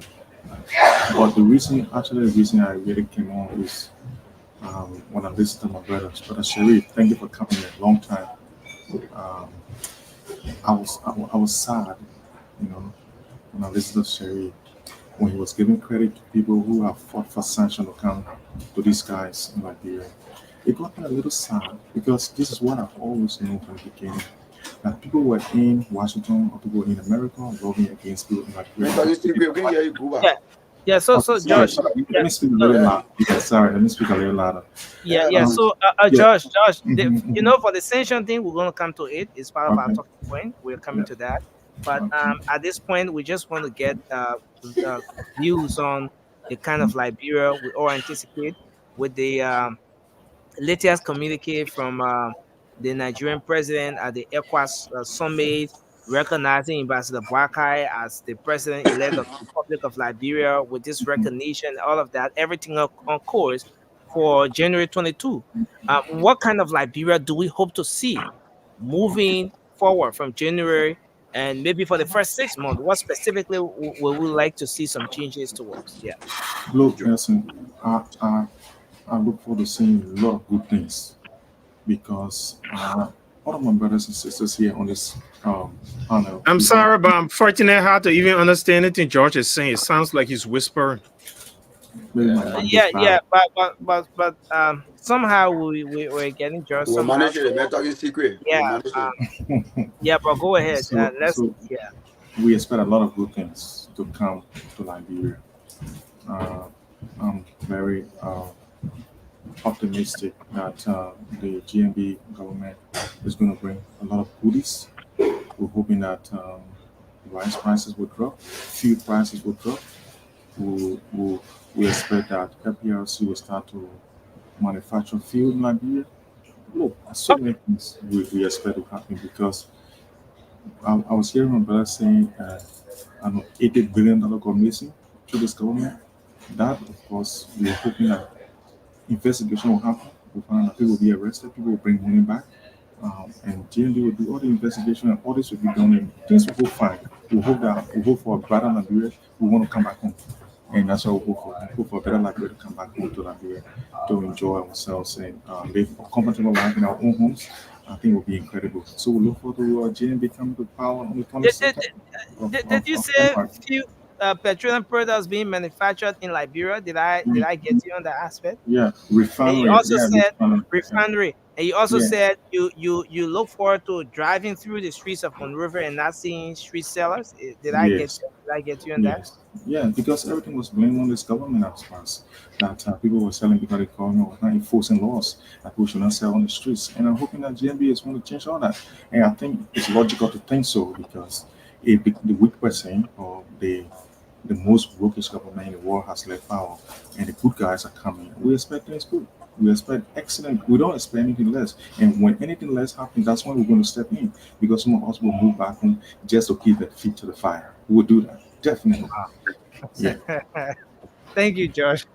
Thanks. So is that part of opening your private radio station, Josh? I mean, can I go? That will be one of them. And I'm looking forward to buying Spoon TV on a radio station. I'm looking forward to buying everything to operate it.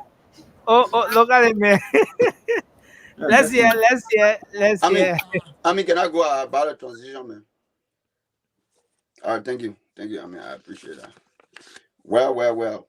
There's a lot of things JMB, you know, we are anticipating for him to do. More especially the security sector, right? The security sector, that's where, like, I know JMB will put more, you know, funding together because we realized for the past 6 years, you know, the whole country, the entire country, there was no security, you know, was in our country only for the Liberians, but only for seditions. And under JMB regime, security will be for every Liberian. We will make sure every Liberian be protected under the law. The second one is the health sector. I'm also anticipating on JMB adding the budget of the health sector so that our brother, our sister, our mother, our grandmother, everybody can be able to get a better treatment. That, you know, like somebody when I get sick, they say they won't send you to Ghana, all the places. For what? We have our independence before Ghana. If I'm mistaken, Ghana had independence. Now this is something. We are independent. We're 1847. Don't be taking people from here, sending them to Ghana to do what? You know, I think it's bad. And JMB set a precedent. The last time I checked, JMB went to one of the hospital in Liberia. He was there. He did his treatment. So to tell you the type of leader he is. So now let me go to the third one. Our education sector. Look at the government schools. You can even compare with private school these days. Doing remote time. You could go to your government school. You know, is well funded, and you know, you see people going to school. They got computer, other stuff. People learning, but these days nothing like that. Look at for example, look at UL. Look at UL. About computer in which school? Computer in which school? My man in UL. Computer in UL. No, computer in UL. Let me. No, my man, computer in UL. No, Mama. Raymond, you guys have a computer in UL. Mama, why you making Raymond feel like he's 50-year-old? Mobile way. That I agree with you. Also, the way you say you want to see, right? But our whole computer. He said during remaining time. Computer. Despite there was no computer, right? Despite there was no computer, but we were. No, let me share this thing with you. Let me share something with you. You eating my time? No, I will give you 2 seconds back. Let me share something with you. I attended a school called PCS, right? Our government school. Yeah, to peace the area, right? 3 years, yeah. I think the community school. Yeah, I know You know that. what I mean? In our school, they had immediately after the war, somewhere around 2006, 7 years, and yeah, they had computer lab in our school. We're doing computer, but you know, our computer we're doing the what kind of computer? Yo, join the keyboard. Life no balance. They will do a whole handle and tell you that and draw all the thing in. When you press, there's a button on the computer, like power button. When you press it, the computer will come on. Then they draw the whole keyboard. Cursor, when you say that cursor, you shake it, you press it will text on something, you see the word symbol. They will draw all that in it. We not enter computer lab one day. I didn't see computer throughout. So that whole story about computer doing Raymond, and take it from there. I beg you. So say I keep bringing my name, I gotta clarify things, right? My man, don't have a remote to tell you.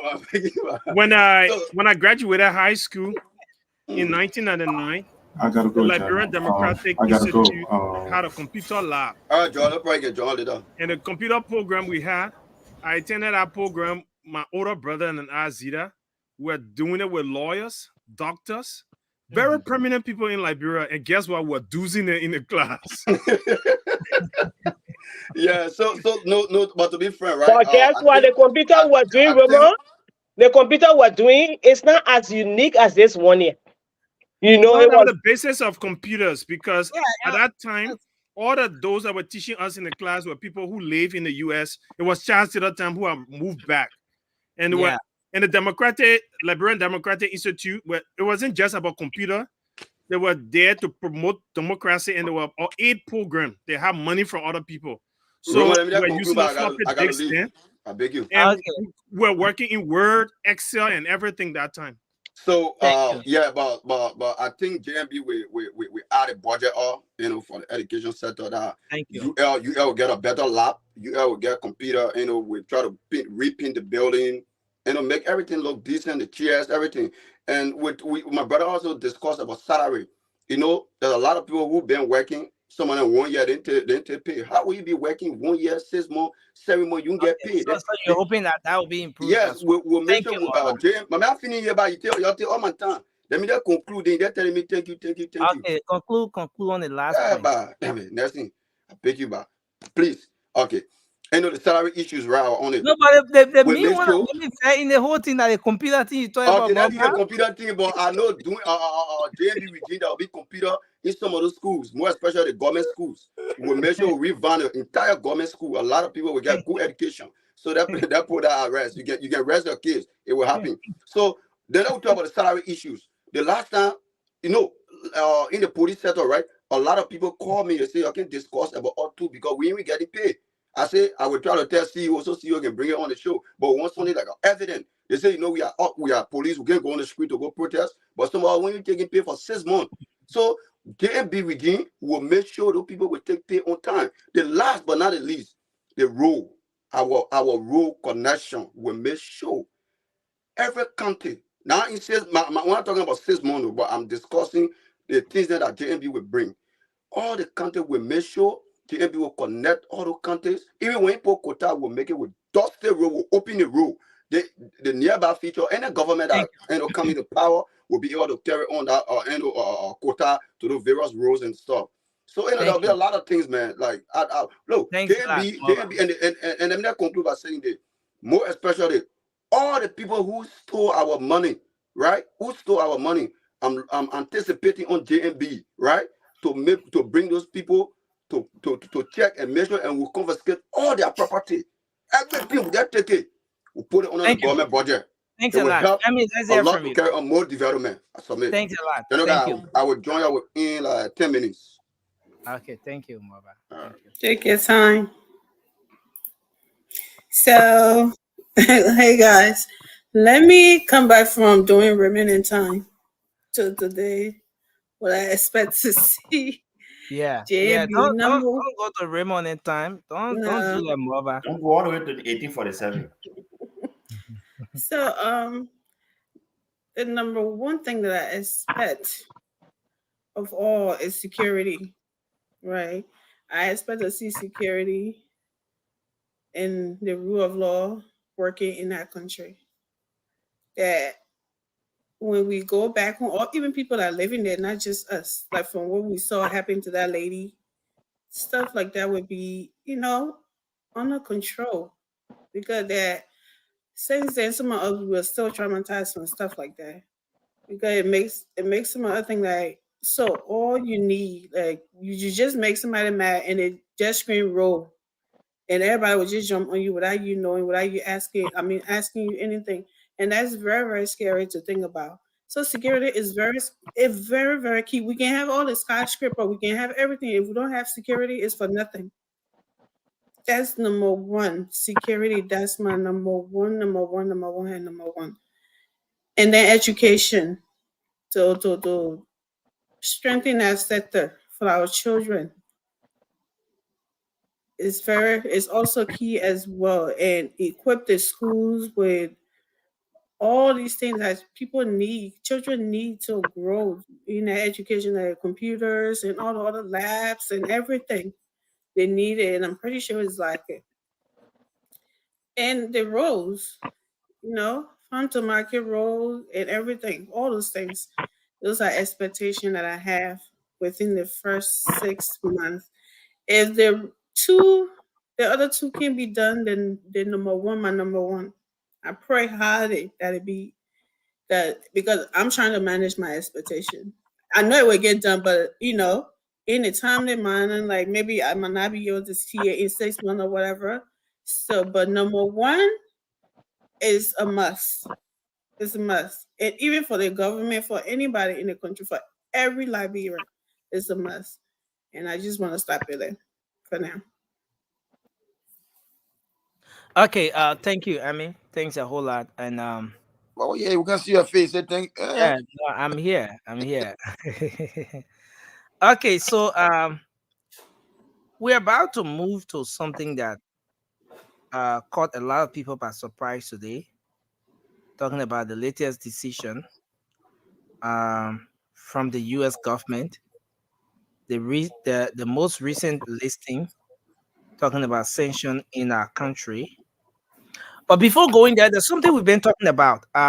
We have Mr. Noah Scott here the other day, giving us update on the Gloria Musu Scott case, the counselor, and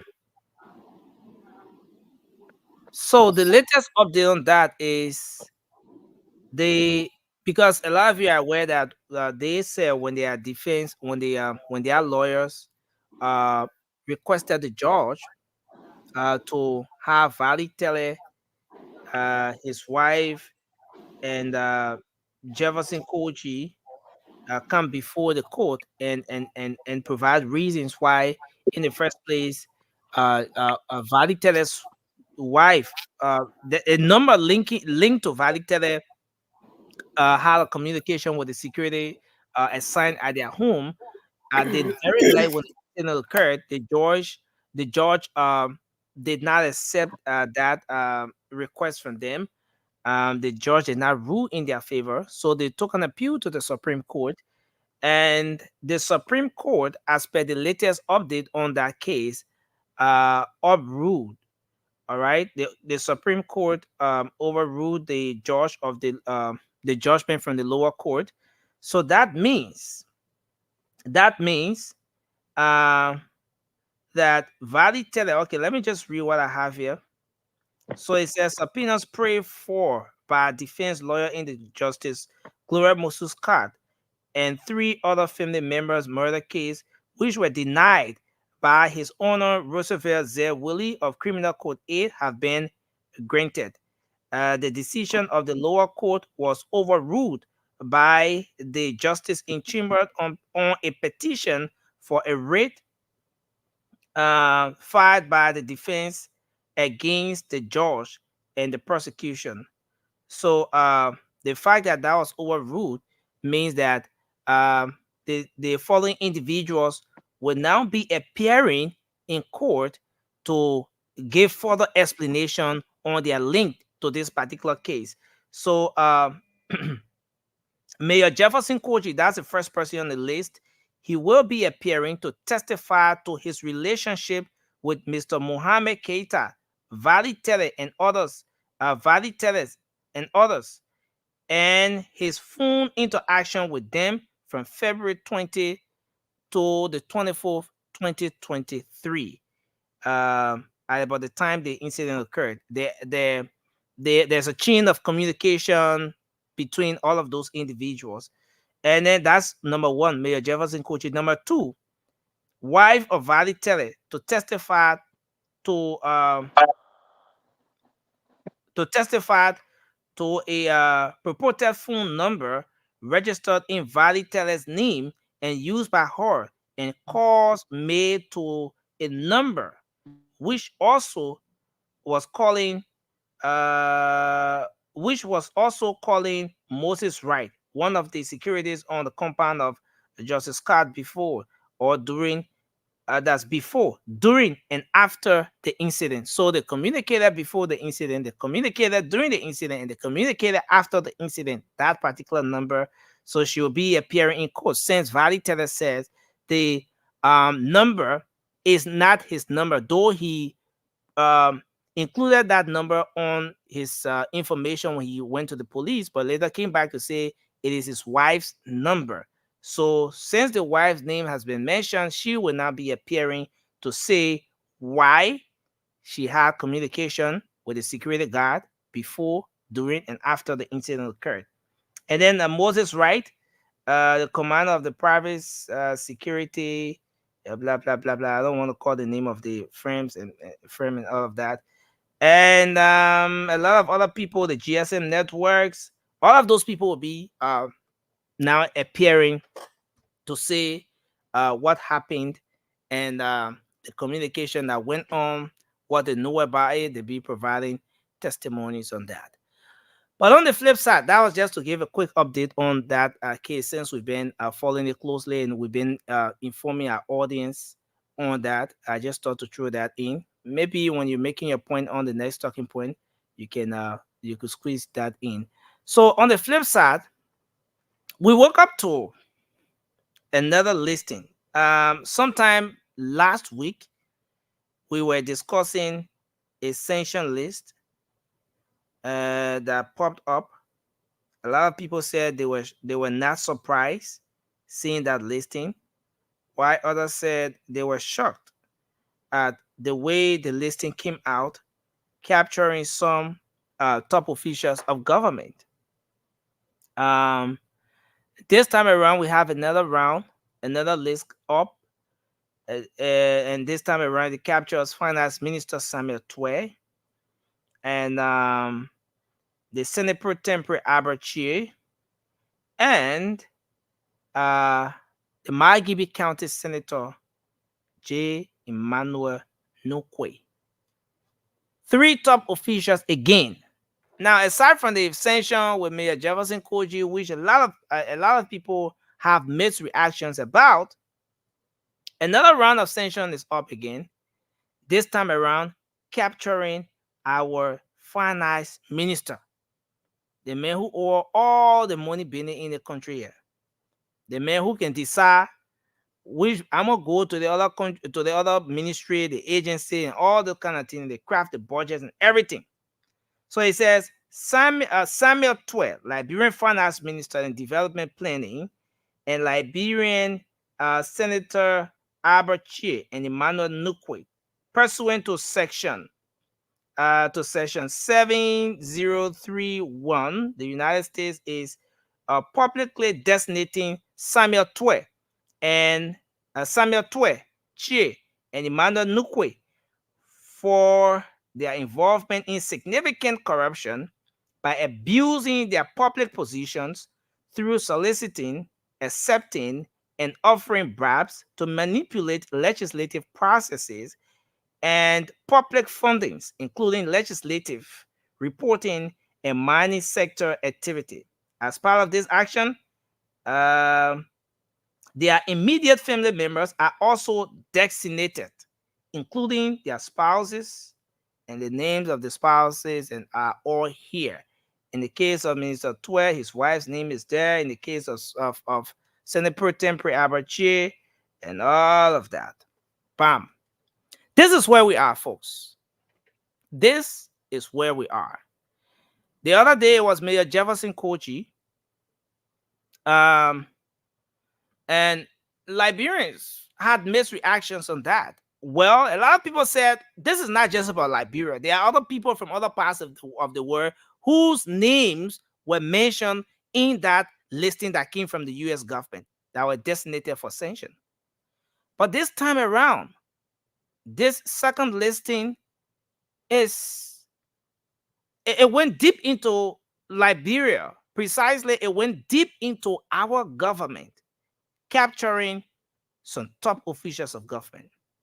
The finance minister, the Senate Pro Tempore Aberchie, and also you have a senator.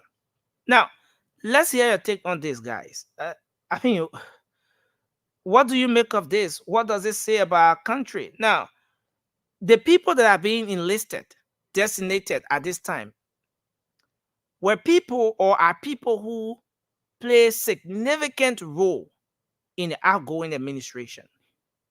You take, for example, Minister Twe. This is one person who has served as finance minister since this government took power in 2018. Up to now, he's been finance minister. You take, for example, Aberchie. He's been Senate Pro Tempore. Emmanuel Nukwe and all of that. Now, what's your take on this? What does this say about governance under the outgoing administration? Let me get the honest analysis about this whole thing. Let's start with you, Mr. Gray. All right, thank you, Nelson. You know, when you heard the Americans saying that they proof fresh from Bill Torrey and Maggie, and they say when the government want that information, they should ask, they should request. Yeah. We never saw that coming. Nobody asked for it. The president said that was a joke. So it was, look, Nelson, it's just a matter of time that you will see everything will play into book as to how. Prince, please allow me to interrupt you for a word to cuss. All right, go ahead. Ladies, gentlemen, please join me to sing the happy birthday song to our dear brother Ture. Happy birthday to you. Oh, my word. Happy birthday to you. Happy birthday to you. Happy birthday to you. Happy birthday to the Italian Mafia. Today, man, 57 years old. Happy birthday, bro. Happy birthday, Ture. Ture, my side is still 11 o'clock, so I'll sing mine later. That procedural diplomatic approach.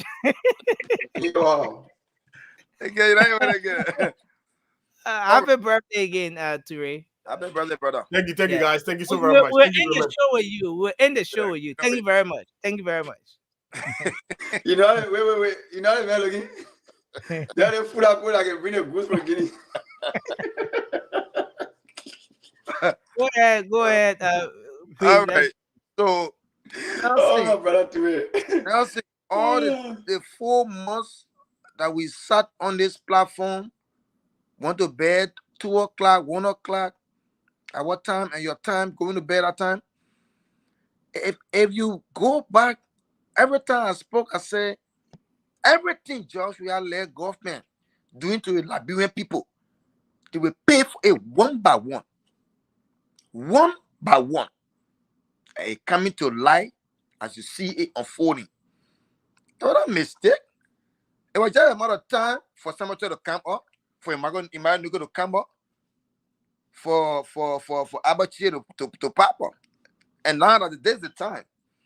And you know, the most decent thing about it that I love so much is that even The kids, I don't know nothing about what they're doing. They're including the kids into their criminality. This child is just 2 years old, I assume. My daughter is just 2 years old. And I go and put a huge amount of money in her account. Knowing for the weather, she got no voice about that money. Now you're bringing her name again into a criminality picture. What you did, it comes to a federal little child. It's so bad. You know, when you know grew up stealing, I don't care how you see somebody money or somebody material, you will not put forth your hand on it because it's not yours. But when your criminality is in your blood, in your DNA, it comes with those kind of impunity and punishment. So, what some of are receiving today, it's not strange. La Brempo sitting now. No, but Prince, do you see this as something that they deserve? Take for example Samuel Twe, having served in this country as finance minister for about 6 years now. He's been rendering service to his country, making the case for Liberia. I mean, to just be hit by such a sanction at this time, at the end of his service to country, do you see this as something he deserves? Nelson, don't do that to Liberian people, please. No, I'm asking you a question. I'm not asking people. No. The reason why I don't even want you to ask me that question, because it pains me. It pains me a lot. Samuel Twe, his 6 years, his government has demoralized the Liberian people, bring them to beggars. They became beggars in their own country. Beggars. And then he said, are you kidding me? The people are suffering. You hammer out the people's salary. The man makes 200 USD with his LD. I assume. Because of our working government. So we know your SP is there, your special parameter is there, and your regular salary is there. And you hammer out that man 200. And you expect his daughter or his son to go to school? Do you think it's actually, it's not inhuman? It's inhuman as a human being. So you don't have a Samuel Twe? Why he said that on the table eating lobster with what? Why people eating? People cook. Now see, like war, they fighting war in Liberia. Cooking 9 o'clock for the people to eat 11 o'clock. Who does that? As finance minister, you go into the people reserve the money they're keeping. You take it, you can't say you did mop exercise. Mop up exercise to get a money teacher. Who does that? You say you learn on the book. Who does that? The message he put money in the wheelbarrow to share among the money changers. And you're making like brand to know that look, these guys demoralize Liberia to the extent that when people hear Liberia need to think that Liberia, nothing else better came from Liberia. But look at the 12 years on Ellen James Salif and on Joseph Juma Bwaka. The 12 years. After what right there, my brother Sheikh said, Sheikh, I came to that country to discuss rest deal 2018. 2018, I comments with Western Tape for Liberian people. That book sat on there and told me, say, what the percentage? What my percentage? After I put the CEO of Arkansas rest company industry, he said, what my percentage? So the woman like, what percentage are you talking about? Your government not even sat down with people to know what they want, how they will bring in raw materials to the country and develop the minds of the people. And you talk about percentage. I don't want to say, Prince, I'm out. I'm cutting the phone off. And I just turn the phone off. I was walking out of common ministry. Tear was in my eyes.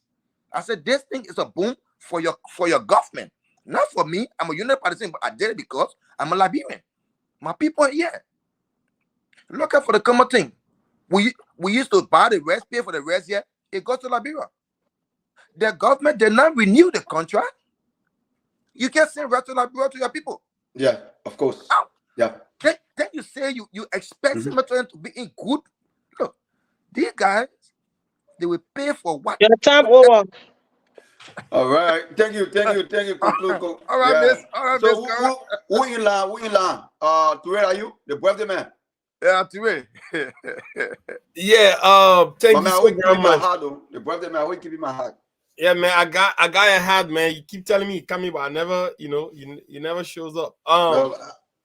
Yeah, guys. I'm very, very much blessed. Let me say thank you to God for the opportunity for keeping me alive for all these years. I'm very appreciated. But let's get to the Liberian people business. Enough of my personal business.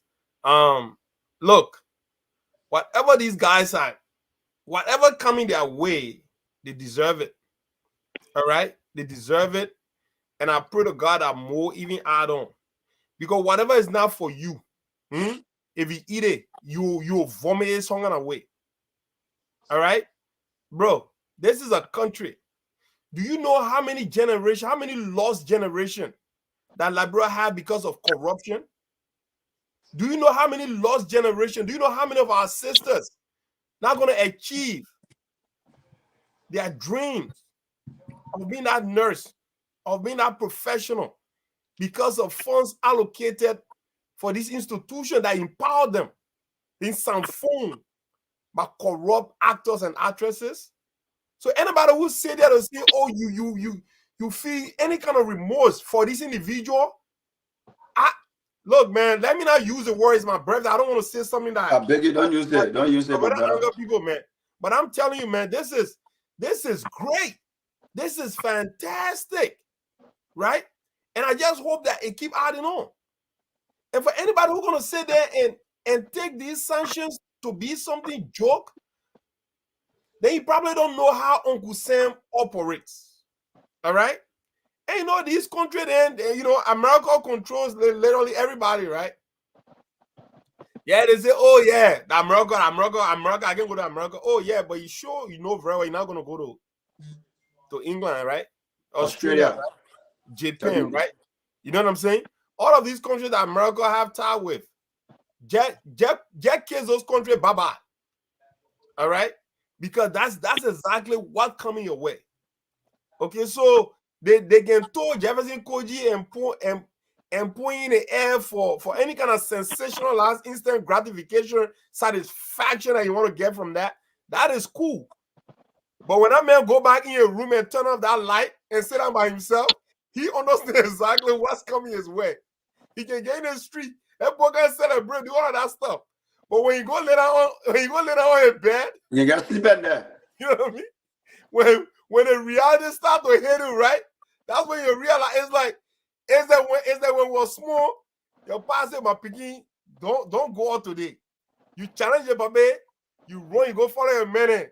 You're celebrating, you're playing soccer. When everybody dispersed, when everybody going to their very home now, you returning back to the hall. You know what? Word. You returning word. 30 seconds. Exactly. Then he's not worried. He said, damn, man, everybody going that I have to go face the Papa to the house. That's exactly what this is, right? I saw him today. They were carrying some men in high here. Men are sweating, they carry a grown man. Yeah, after that, the man will go to back to the hall. Then when you sit down and turn that light on and laying down on a mattress, look at the ceiling. Start counting ceiling. 1, 2, 3, 4. Thank you. Thank you. President. Yeah, gentlemen. Yeah. Thank God it's happening. Because they didn't expect this. That's why when they took over, like children, right? When you on Christmas morning, they run down to the Christmas tree and they open the boxes, just ripping out the wrapping paper. They don't know what inside. They're excited for the present. That's what happened with the government. When they came in, they thought that all, like bro, LFM made that whole talk from back in the day. LFM made, you can call your own. So when Ellen Johnson, after she done see and she was leaving, she was so around, and then all the other people that done see when they were leaving, instead of they can't order her, they said, no, now I'm more like our own too, yeah, so we can go to. That's what they thought was happening. But then now, boom, the American government's wasting WhatsApp. Say it's not happening. Think of got the right president elect. 2 for 5. We say WhatsApp 2 for 5.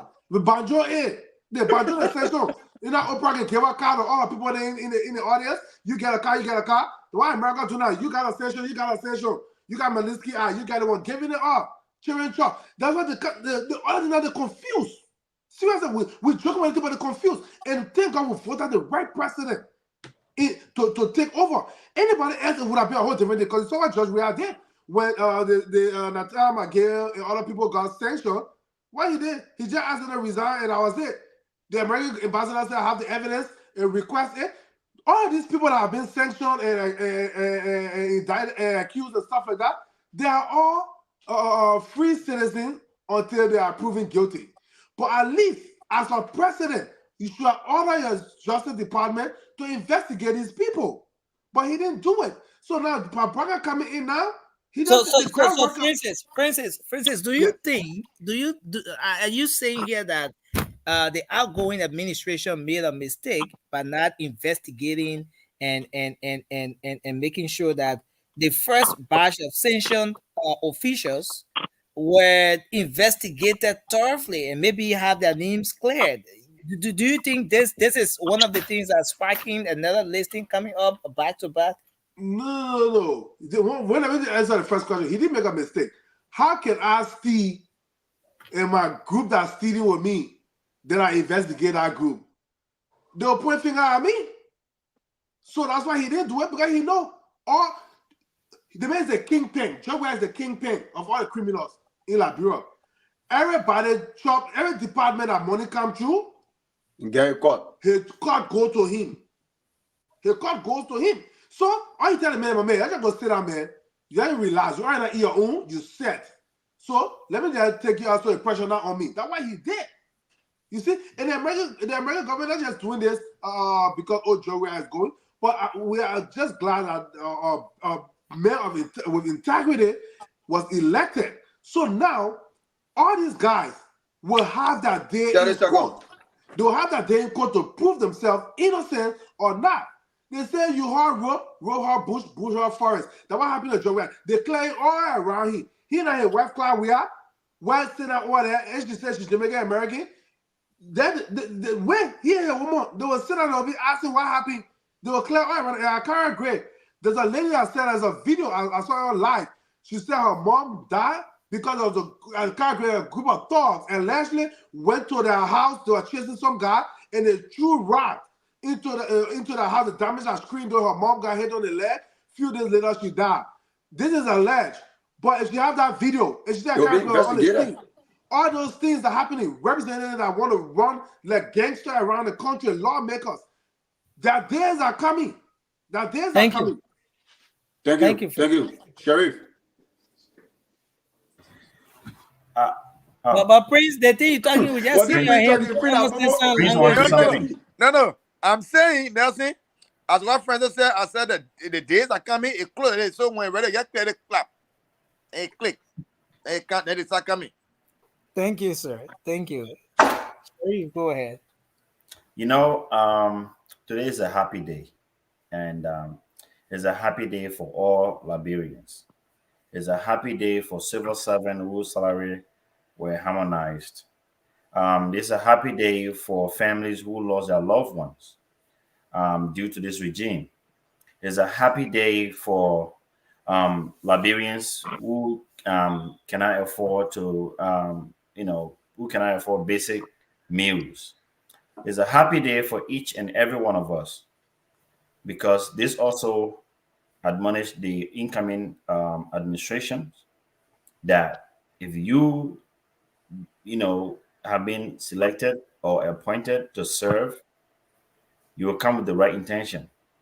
You will come to do the right work for the Liberian people, and you won't engage yourself into any shenanigan, because if you do, you'll be brought to justice. The war is watching you, and everything is under microscopic eye right now. So this is a good thing.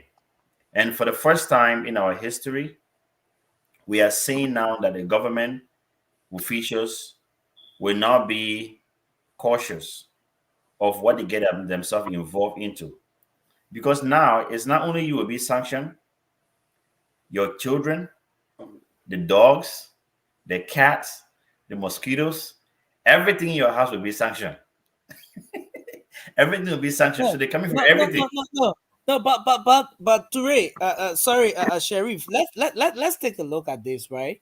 What if the Liberian people had not elected Ambassador Bouaka? What if they had not changed the administration? Do you think this was going to come the way we've seen it? Because you're talking about top officials of the outgoing administration. The finance minister, the city mayor Jefferson Kochi, the Senate pro tempore Albert Chie, and all of those top officials of government, Nathaniel Miguel, Bill Twere, those individuals have been enlisted. What if the Liberian people had not changed the administration? Do you think this sanction was going to come the way it's coming now? No, it still would have come. The only question I would have said, I would have asked would be that, if there would have been an outcome, and pending that this guy was still going to be there. But again, what I have to say to you is that power is not permanent. These guys, no matter what happened, they were not going to be in power or for life. One day, they were still going to leave, and these actions still remain. And one thing that I have to say, that for every nation, if the citizen stands up for change, that change must happen. It doesn't matter who is in power. It doesn't matter how much power you have. We saw it with Hitler. You know, he was taken out. This man had all the power. We saw it with a lot of the dictators around the world, and these guys were brought down. So it all depends on the citizens. If the people stand up, they say we have had enough, and then this is it, and then that will be it. And again, there are some Liberians who have been actually advocating for this. And again, I'm just going to like give out thanks to there are a lot of them there, for the 300,000 Liberians who were signatory to the petition, and to my own boss, James Rogers, Thomas Ansumana, and these guys have been the flag bearer of this cause, and they've been pushing this agenda to the Congress in Washington D.C. And these guys, we have to appreciate them, and to each and every single Liberians who all have put their voice forward, you know, just to make sure that they want the best for their nation. And now, gone are those days now where people will come into power and then misuse our resources, abuse our people, and they think they can go scot-free. And this is just the beginning. And also going forward, and like I said again, anybody that come into a position of power, and if you're going to be a finance minister, make sure that you come and serve the Liberian people. If you're going to be a city mayor, make sure you come and serve the Liberian people, that you not rebel against the same people who gave you power. And so this is the caveat to each and every single one of us that have a potential. And again, to the young people, you have a lot ahead of you. Do not risk your life, your career, just for, you know, aggrandizement of just few people in power, or just for temporary gains. Don't do it. Don't do it. Jefferson Koji, look at Jefferson Koji. He's a young man. He's a man that is in the early 30s. But Jefferson, does he have a future in the Liberian politics? I doubt it. I doubt it. And now his family is going to be affected now, you know, and the lineage that comes after him probably will be affected as well. So he has ruined his life for a 6-year term. What's going to happen? He lost it all. So this serves, you know, as a warning to each and every Liberian out there. If a young person, you have a lot ahead. Do not risk your life for these people. Thank you. When you see wrong going on, please point it out. Who playing that video in the background? You mute that video. You're playing in the background, man. You're playing the video. 30 seconds. Yeah. So again, and thanks to each and thanks to all Liberians, for those watching, for those who have advocated for this, for those who were hurt during the process, just to make sure that they wanted to see the right thing done. To each and every one of us on this platform here that are coming each morning and each evening, just to make sure that to put our voices out there, because we all want the best for our nation.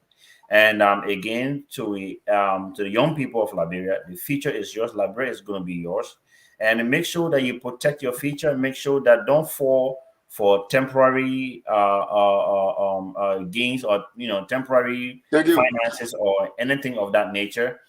Do the right thing. If you see the right thing going, if you see the wrong thing, somebody doing the wrong thing, point it out. Do the right thing, because Liberia remain our common denominator, and Liberia is all we have.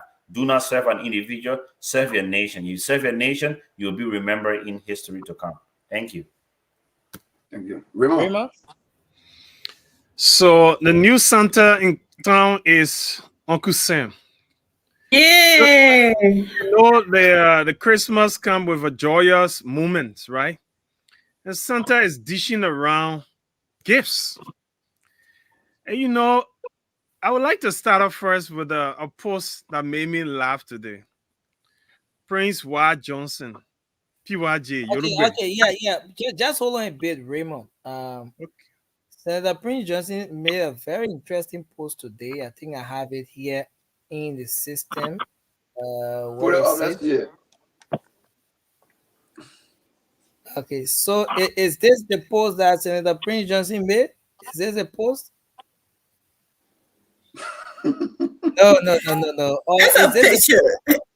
Is this the post? No. Okay, this is the post. FC bar. We talking about no, this is the post. This is the post. I feel like cooking session dry rice. And so PYJ said, right? You feel like cooking Ascension dry rice. Well, you already have one. Audit meat and asset declaration oil.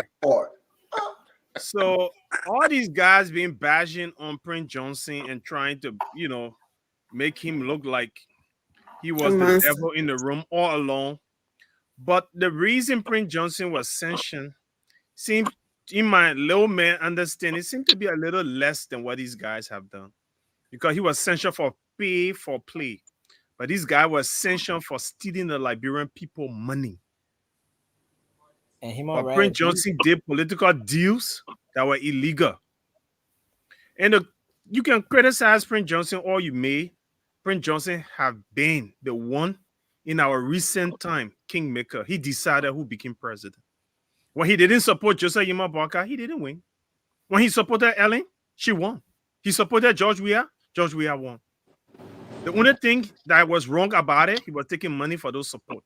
But this time around, thank God he supported us, because Joseph Barker never had money. He supported the Liberian people. And so he's embracing Santa gifts. And you notice they are the Santa, they are Christmas carols that go. Santa Claus is coming to town. And the Christmas carols go there, you better watch out. You better not cry. Santa is coming to town. And it goes on to say, if you've been naughty or nice, Santa is coming to town. He's been watching you when you even sleeping every move. And it's to say that Uncle Sam is dishing out sanction as the Christmas gift for the deserving public servants who came and thought nobody was watching. And they acted naughty all the time, stealing the Liberian people monies. For example, Samuel Tuer, who said he took out 27 million Liberians from poverty. That's the gift you got for taking out 27 million. They came with a whole harmonization. And I had some few astute friends that I respect so well. Some work in the Ministry of Finance and close to the power that was at the time. Defending harmonization in our low conversation. Today, guys, the action that people take will always be Josh. And today is the day of reckoning. And you know something? Our conscience should not go dead because we're sitting on the table and we're feeding off the crumbs.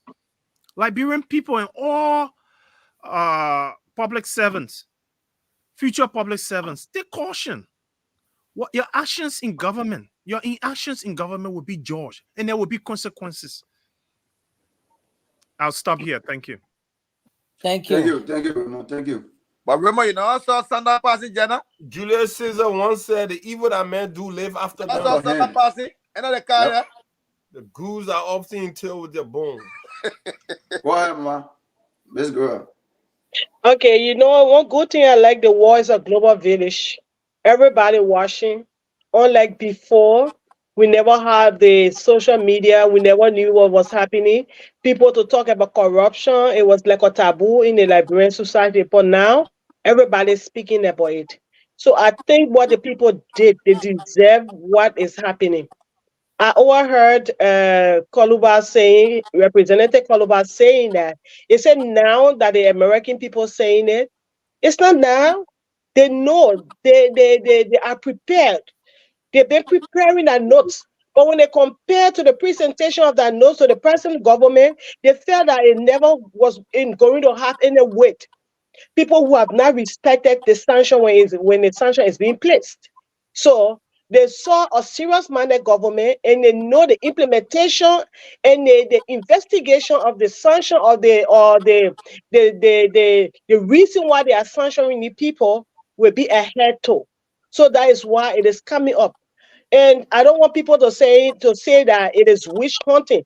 But if you bring us something and nobody show concern, if nobody show concern, it means that it's like somebody say a toothless bulldog. But now the president is going to ensure that these guys are investigated. So I appreciate what is happening. It will serve as a lesson to those people that come into government with a preconceived mind that in government, when you come, you can get rich overnight. So this time around, when you come in, you got to be very, very, very, very careful how you're going to get into the government resources, the taxpayer money, because people are going to monitor you, your day-to-day life. So I do understand and I respect everything that is ongoing right now. Another thing I wanted to say, slip off my mind, is that the government, we in the Ministry of Health, we had a pool fund. The pool fund was a budget that was allocated to give to the health workers as an incentive to augment government salary. The pool fund was mismanaged. It was mismanaged to the extent that the reports that they were giving, it was contradicting.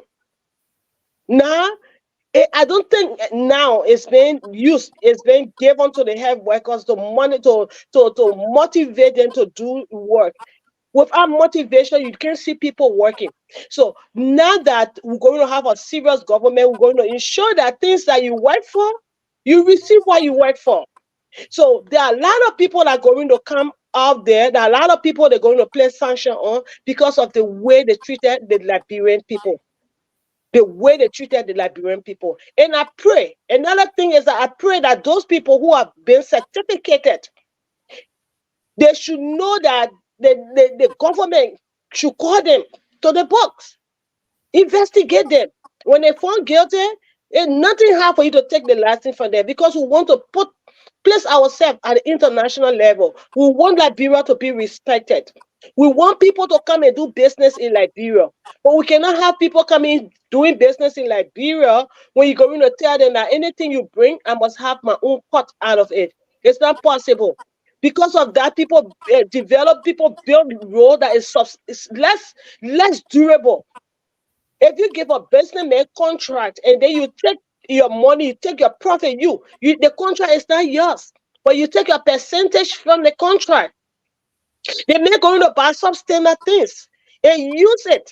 And at the end of the day, it will not be durable. Sometimes you see projects going on in Liberia, it's not being durable because the money that the person is supposed to use to get quality materials, you already take it for your own profit making. You put your interest above the Liberian people's interest. This has been happening over the years, and we're going to ensure that the sanction is being adhered to and respected. I see people making mockery out of it. If Senator Prince Johnson, I don't like the remark that he made. I'll be honest, his statement, because a lot of people look at him. I know they'll look at him and say, "Oh yes, one for Jesus is for God." No, if he said that, it looked funny to other people. People will misinterpret it. Information is coding and decoding. Maybe the way you put it out, or sedition will look at it as a funny thing. They will start playing fun. So I want people to place the sanction out there with a false and strong statement that people deserve it and it's going to affect them. If people don't change, and going to ensure that everybody that there's something wrong in the country, there will be a heckle and they're going to be brought to justice. This kind of strong statement. Don't tell me thank you. All the Ghana been enjoying. Why would it come to me? You're putting me with thank you business. Because they have we're gonna get tattooed. Go ahead. Let's go ahead and take your hair, man. It can help by women. It can help. You just make it. I'll just make it at all.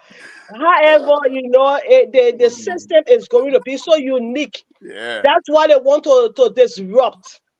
And we're not going to set for people to disrupt the new government. We're not going to allow people going in the street to demonstrate because they say they sanction somebody. I would like to ask the Liberian people, the common Liberians, the horse that Jefferson Croce, the horse that Nathaniel McGay has, do you have it? No. The kind of food they're eating, do you have it? Why are you joining the people, these people to go in the street to demonstrate? What will be your end result? What will be your profit? You do things to be that you will get a better profit. What will it be? Will it educate you? Will it build your capacity? Will it improve you? You got to think about these things before you go against sanctioning that they will place on the individuals. I think they deserve it.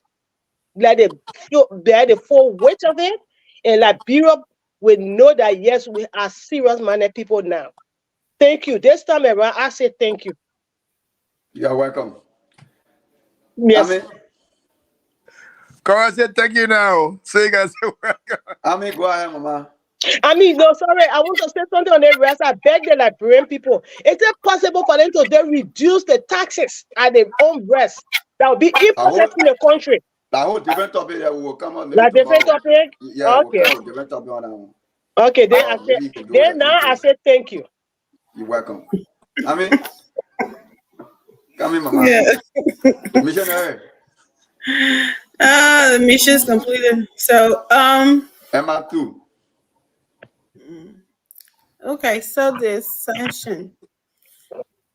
I don't know. I wasn't surprised. I think it was just a matter of time because we have been hearing about sanction for the past how many months or a year now. So maybe the Uncle Sam was doing his due diligence before he struck, right? So it just happened that it's around this time. And some of our brothers saying that, oh, certain people tell the people to put sanction on people, they lie on there and something, have no clue of how Uncle Sam works. Uncle Sam Jones just take order from anybody and say, do this, do that, and they'd be like, oh, yes, ma'am, yes, sir. No. But just to confuse our people in Liberia, they would say anything to them, to fool them, to make it look like, oh, somebody can just get up and say, do this to the U.S. government and say, yes, we will. Your wishes, our command. Is from what these people have done to you, Liberian people, that's why they're getting punished. And these people are going after, when Uncle Sam take their taxpayer money, their citizens and pay taxes, they get up early in the morning, in the snow, in the rain, in the heat to go to work. Then they take that money, pay taxes, and they take that money to give it to you to help you. And these people take it and do whatever they want to do with it. They don't take stuff like that lightly. They will go after it and find out what happened. And nobody would just come to them and tell them, oh, this is go ahead and put sanction on Jefferson Koji, and they just go ahead and do it. They do their own investigation. They got their own proof and everything. And if like they said before, like they told our outgoing president, if you wanted evidence, we got them. So when Uncle President JMB comes in, he want to prosecute them, they will give it to him. They're not just taking, because they respect their reputation, especially when it comes out. Nobody say America is perfect. There are some people can be doing it like, oh, you think America can't do this? America, yes, America can make mistakes. Yes, America is not perfect. But when it comes to things like this, they do take their own time I'm talking to the people in Liberia who don't know how these things work now. They're believing lies from their our other brothers and sisters up here. That's not how it works. So don't like nobody. Your children are there, not going to good schools, not eating good food, not hospital, no something there. And then these people got their children in some of the best area going to school and stuff. So you should be proud and be happy that you got someone. Your own government couldn't fight for you, but someone is fighting for you to hold these people accountable. It's a good thing. It's not a witch hunt.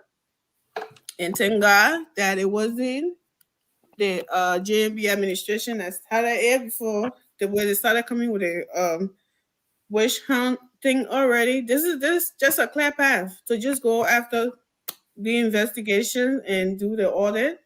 And yes, with that audit thing, I think we can look at the old ones, but I think JMB needs to do his own fresh auditing thing because you don't want to go. I don't know how it works. So I'm just saying before somebody inflict something numbers and here and there, you got to do your own thing to have your own results. So yeah, it's a good day for Liberia, and I'm excited. And like everybody have already said already, it's a precedent that is being set, for the next coming day, next people that come in. That it's not business as usual. If you're part of the ones who did it during my editing time, guess what? It kicks us up. Time to make yourself straight and do the right thing. Us, you'll be next to, and we will be here celebrating that too. It's not about CDC. It's not about summit. It just happened that they're being the one to be the first, or the example, something. But it's not about them. People make it look good, but it's about Liberia. It's not about any party. We should all, even CDC, we should all be celebrating because this is taken from you as well. It's not just from Unity Party, from Labour Party, from ANC, it's from all Liberians. What these people did, and they're being held accountable is a good thing for all of us, and we should celebrate it and put a party thing one side. We should all want to see our country doing better in this day and age, and especially in the region. We're the oldest and the least. I think it's time to turn a new page. Thank you. And we thank the Americans for that. Uncle Sam, my favorite uncle. Thank you. Let me do my honor closing. Wow. It's a wonder today. I say thank you. They're not closing, is it? They're not closing. No closing. What's wrong with you? Okay, no problem. Let me go. You're fired. Sorry. Yeah, you guys said it all about, the incoming government, right? The parable says the falling of the dry leaf is the warning to the raw leaf. You guys coming in power now. Y'all see what else going on, more especially when it comes to the essential issues. There was a lot of money was allocated for a lot of things in Liberia, the health sector, the road farm, other things. All that money here is accomplishing other people. So today, the American government, they got the evidence. The evidence is glaring. Everybody can see it. You don't gotta be a rocket scientist to think. It's easy. We know what's happening. Like Liberian seditions, a lot of sedition angry with some for embezzling the Liberian people money. Tomo Falana all needs to be supposed to be there. And I pray the next batch, Tomo Falana should be included. Because Tomo Falana alone, some of them, the cohu with some people and stole a lot of money from the Liberian people. We know Tomo Falana in America, but at least let put out that weight on him too. Because they are all hands in the cookie jar. So I seen some Liberian today, and throwing Javasi Koji, celebrating him. Because the fee giving him sanction, it was something like you all need to celebrate. No, young guys, y'all need to come to yourself, brother and sister. Y'all need to think, y'all need to rethink, y'all go back on the table, y'all go back to the drawing board, y'all think about your children, y'all think about your future. Y'all know how many lives Javasi Koji destroy? Don't know? We got evidence. When the American tell you say we got evidence, they got evidence. That's the reason why the former ambassador McCarthy, when he came out, he challenged Trust your government to say, I challenge your open investigation, you're asking for the evidence, I will bring it. But they never did because they understand all these things that people were talking was true. And that's the same reason today a lot of them go back on the sanction because the people still have the evidence. And you guys, you're in the country. They must call you running a whole gang. You do whatever you want to do. Nobody asks him. The man who look out police officer and slap him in the face. What come from all of it? Nothing. Then today somebody else stay lifting him up. No, general guy, we gotta be serious in our country. You guys get a lot of feature. You guys get a lot of potential you can bring on the table. You start worshiping men. You start worshiping groups. You start worshiping certain kind of people. If you're worshiping your country, God come first. You take the oath to defend and protect your country. That's the reason. I mean, that's the reason why we get the AFL. When it says we take the oath to defend our country, you guys are surveilling. You take your own oath to defend your country. You shouldn't sit down there, people come and steal, and end of the day, you heal them. For what? You know what it did to y'all? You know what it did to your unborn children? You don't know that. But the international community, the Americans sees all. Tell us again. The Americans see it. That's the reason why when this session come about, a lot of people celebrating. A lot of people jubilating today because they understand the situation. They understand. Some Liberians went to bed today. We are full. Some people died in the hospital today because there's no medication. Because of Samuel 12. The money was allocated. Yeah, what you said today, you confusing me. Go ahead so I can come in. I just wanted you, after y'all concluded, I just wanted 10 seconds. Okay, let me conclude. So, a lot of Liberians today, y'all are hearing all the people, you're going to various hospitals. Y'all go to the clinics. Y'all go to the schools. Y'all get your own assessment on. Y'all go investigate. And y'all come back. And y'all realize that what the Americans did, it was weird. A lot of things happening in our country. You don't know. They can't get you $20 to buy something you drink or you smoke. You're thinking all about life. It's not all about life, my brother and sister. You rethink. This government will transform life. This government will bring change in our country. That's the reason why we calling all Liberians to help build the country, to help investigate on their own, like my brother Sherry said earlier. Everybody should be a security. If you see somebody doing something that's not right, if you want to be, we'll keep your identity. But guess what? Take the video, take the pictures, send it to us. We will blast them out. We will bring them out to justice. Because we live in the 21st century. That we got internet all over. We got live videos. It's not like in the 1980s. People never used to do. People never used to do the picture. They used to take where black can't even identify the person. So people used to do a lot of things. That's the reason why you talk about the 1980 war, you talk about 1990 war, you talk about 2003 war. Because all those things happening, things were not coming out. People were doing things all of the way. But these days, we said, no. If you do it, we'll bring it to church, we'll bring it to justice. That's the right thing we need. So our country can be on the right path. Look at other countries around us. Thank you, Mama. Yeah. Don't do that to me, man. Okay, thank you, Mama. Thank you. Thank you very much. Thank you very much. We've been talking about 10 minutes now. Yeah, look at Biggie. America, when I come in our country to open government, to say that we don't want to be the senator, the representative. No, they will not do that. They will not do that. The only thing they can do, they only certain individual, so they can know that what they're doing is wrong. So the Liberian now can rethink, can recalibrate, can go on the table, on the drawing table, and say, you know what, this is the right thing we need to do. Okay. So like, let me say this, man. Liberia did well by taking the government from in power. Because just imagine if the government was staying in power up to now, there's no Liberia. Okay, so look, let me say this, right? I mean, we are rushing me. I don't like it to know. We are rushing me, man. Mama, you for real? I want to men on the top here, my brother, because the thing can help, man. My brother, guys, go ahead. General guys, let's look at this from this other angle, right? From this perspective. Look, none of us are oblivious to reality that under any joint leave there was some shenanigans in terms of corruption that happened on there, right? Yeah.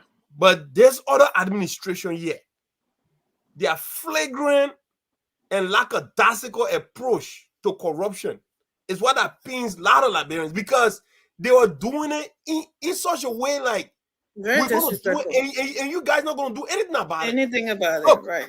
There's a video circulating right now with Samuel and Natana Magay on a Buga dancing. Dancing Buga, yeah, to the party headquarters. Competition, right? Mm-hmm. Look, you watch that video and you sit and you, I don't care whatever that is. And Paul will say, oh, my man, you posting there, America there, blah, blah, blah. But they don't understand that whatever condition that people were subjected to in our country, we in the diaspora felt some of, I mean, if not the biggest. How many of us have here that can say we have a decent saving? If you really have a heart, to say you have your aunt, your uncle there, your mom people there, your pop people there, some of your colleagues that you went to school with, all the people, they bring the project in your messenger, they everywhere. Jerry, I know Nelson is not. Thank you. They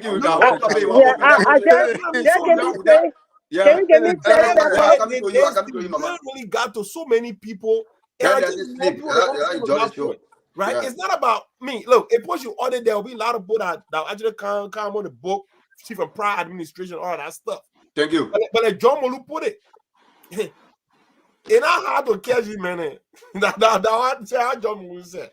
So that tells you how flagrant it was. Thank you. Thank you, Ture. Yeah, I got yes. You know, Go ahead, Mama.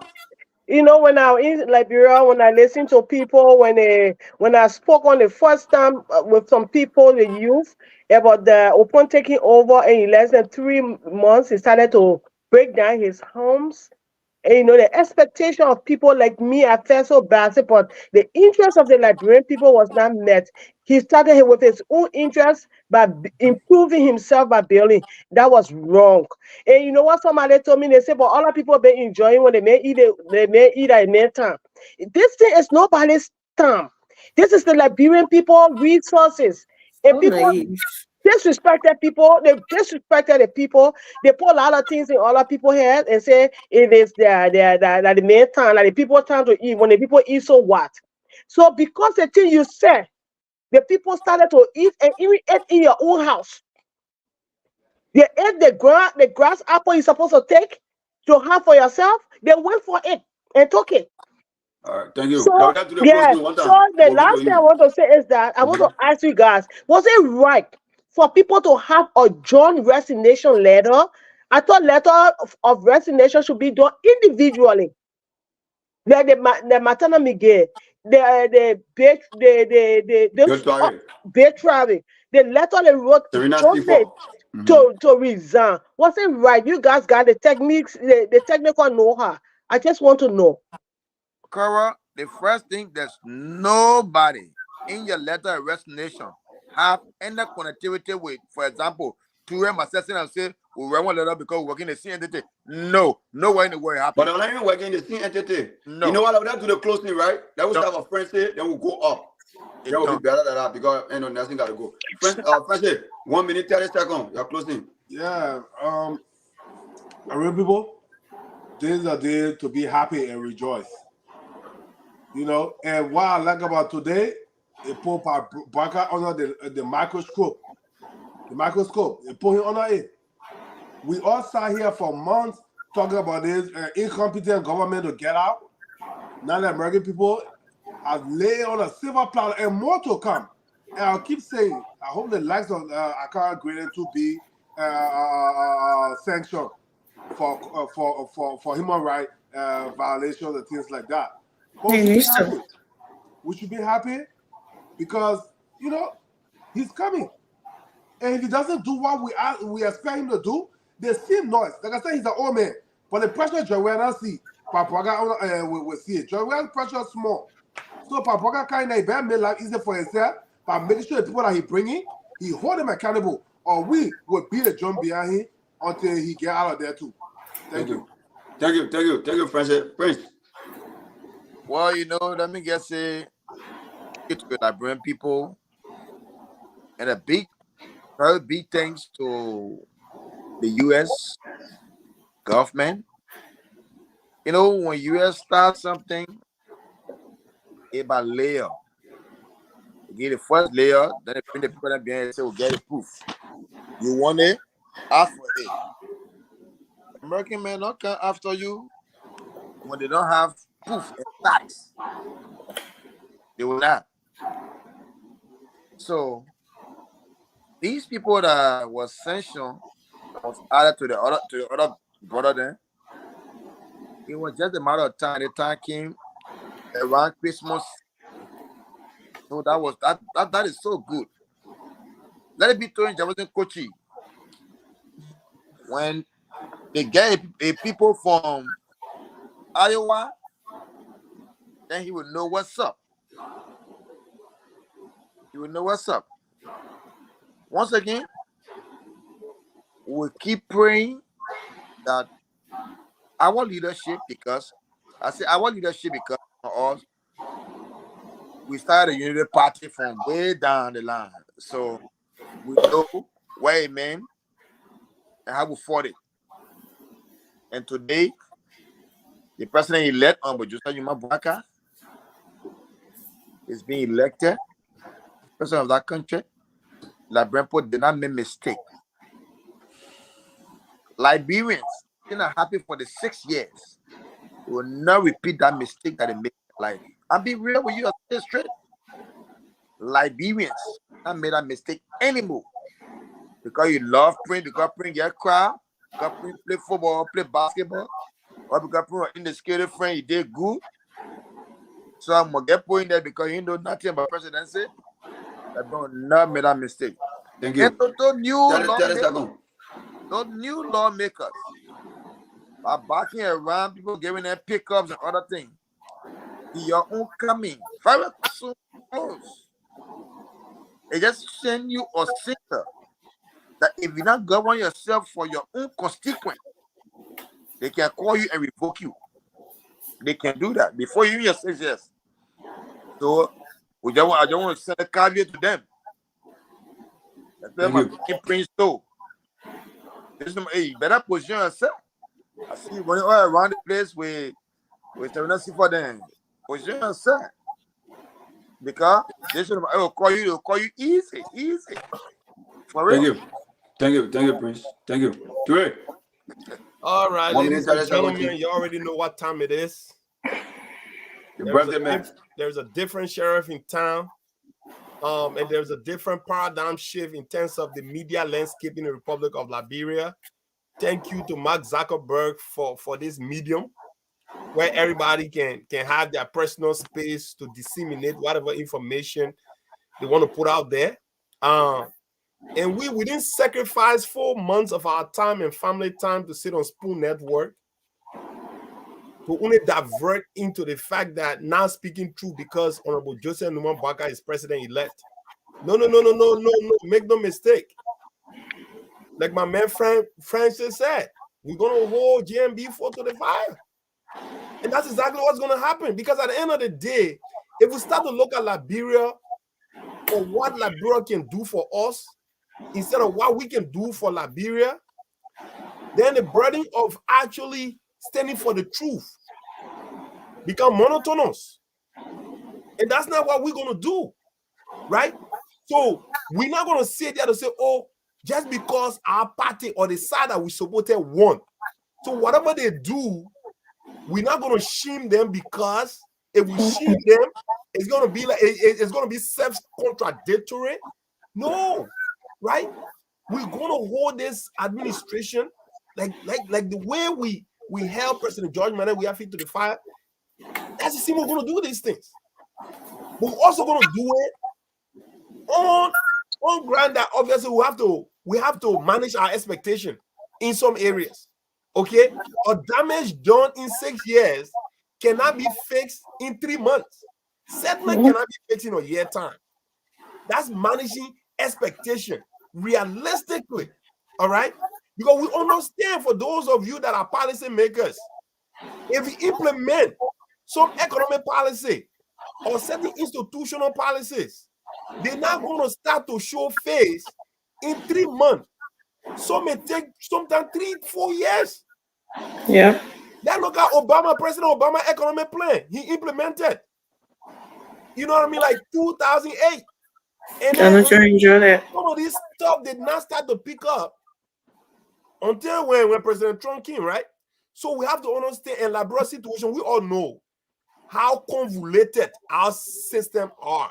Mr. Right? Convoluted. Make no mistake about that. That is a country. America that have all of the economic powers, all of the institutional integrity in this place here, that economy took so many years to start gaining returns.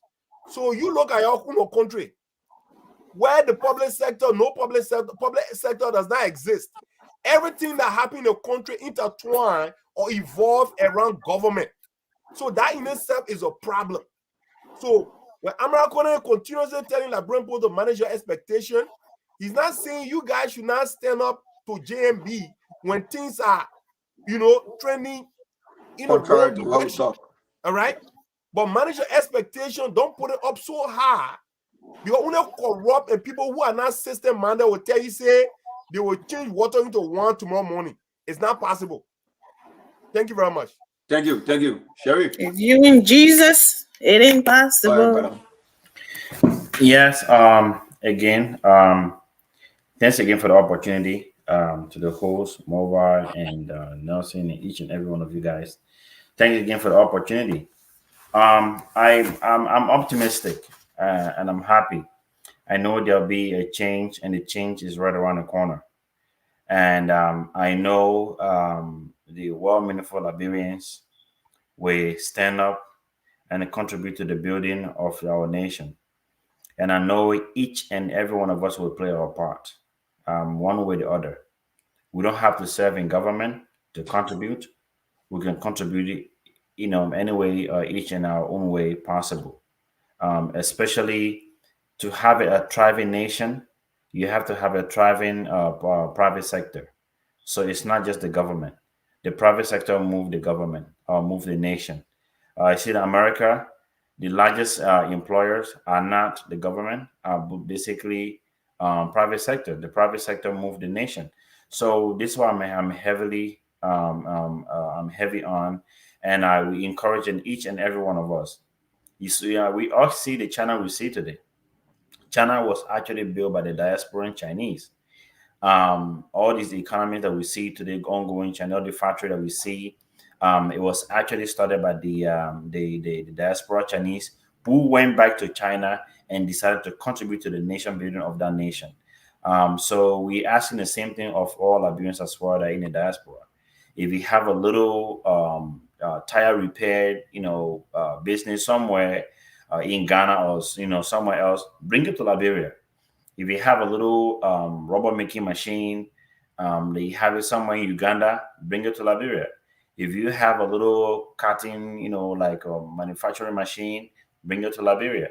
So that way we all can contribute. If we have a machine that contributes to like sewing or maybe to impact skills into the youth in our country, bring that. So all these things we need it because we can rely on government to do everything for us.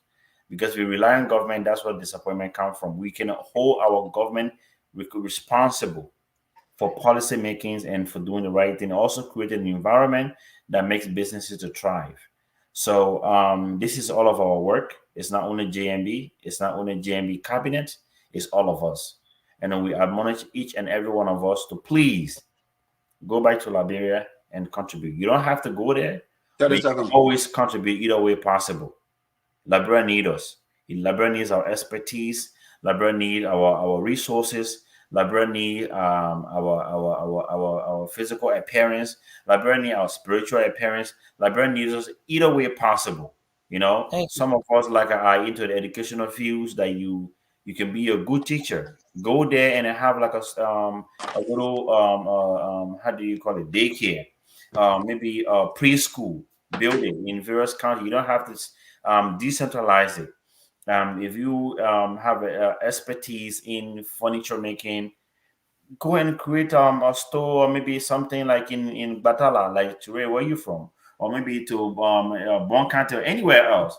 And like my brother Raymond and I, you know, we have we open like computer school in Vanjama, or maybe Zozo, or maybe Salaye or Fisebu, and all these places. These are all things that we can do. We don't have to rely on government to do that for us. It's us citizens that have to do these things, you know. So like my brother Moba, you know, you have a great experience in security. You know, OP security firm somewhere that will train our youth and how to protect themselves and protect our community and all that. So we all can do that. So we don't have to rely on government. We don't have to wait for government to recognize us to do those things. So the government is all of us. So in Liberia now we have a great leader in Joseph Nyumabwakai, and I know he will appoint the right people to do the right thing. If they don't do the right thing, we will hold their foot to fire and make sure that we hold them accountable. And because Uncle Sam is also helping us and is watching with us, and if anything that we point out, even it'll be addressed quickly as possible. And Thank you. so I'll do my time, my brother. Thank you so much again for the opportunity. Thank you, Raymond. Why are you? So let me begin from where my brother stopped. Sorry. In the questions, Liberian, most time we ask what our country can do for us, and that's because our country have always robbed us. So put us in a position where we can't even put ourselves up from our own bootstrap. But with this new time and season, you know, the book of Ecclesiastes chapter 3, verse 1 to 8, it says there is a time and season for every activity under the heavens. And this is a time that Liberians should start asking the question what we can do for our country. But of course, not every Liberian, because some people are not in a position to even pull themselves up from their own bootstraps. But a few of us have had a few opportunities that we can share with others. Liberians, let's move from this period wherein, you know, we can give $20, $50. It's not going to help anybody. But let's keep that small money that we've been dishing around that have not changed their lives and do some investment where we can employ people and teach people how to fish and change the narrative around. But again, you know, under the heavens, it said there's a time and season. And those who are wise will always discern the time and season and act accordingly. Example, farmers, right? They don't plant the rice anytime. If you plant the rice when no rain falling, the rice will not germinate. The birds will eat them. But you got to act in accordance to the time and season, and God have put that in place. What is the time and season right now? Let me put my Lord preaching cap on. In Ecclesiastes chapter 10, 16, it says, woe unto any nation who make their king a child and their princess who eat early in the morning. The explanation is that, you know, God have given us the power to make certain decisions on earth. And how we do things in our nations today, we decide who will make leaders. When we decide, we take foolish people who don't understand what leadership and the essence of leadership is about, who don't even understand that they should serve you first, but think childish. They look out for themselves, the petty things, like wearing clothes, looking like they're rich when the people are suffering. When you make such people your leaders, you will suffer. That's what the Bible says, woe unto you. And those like Samuel 2 and other people who are key people in the country, they call themselves princes, right? They ate in the morning. What it means to eat in the morning, they eat before you can even eat. For them to get up in the morning and think about the troubles that are around, they think about how they can for their belly dance, buka dance, drink Hennessy, go chill what the place Resort. Jamaica Resort. Well, all the troubles in the country remain the same. That's why sanction came. And there are people passing around and talking about, oh, America won't do this, America won't do that. Let us be wise. Look, no one can stand against the change. Joseph Nyumabwakai election is about the move of the people.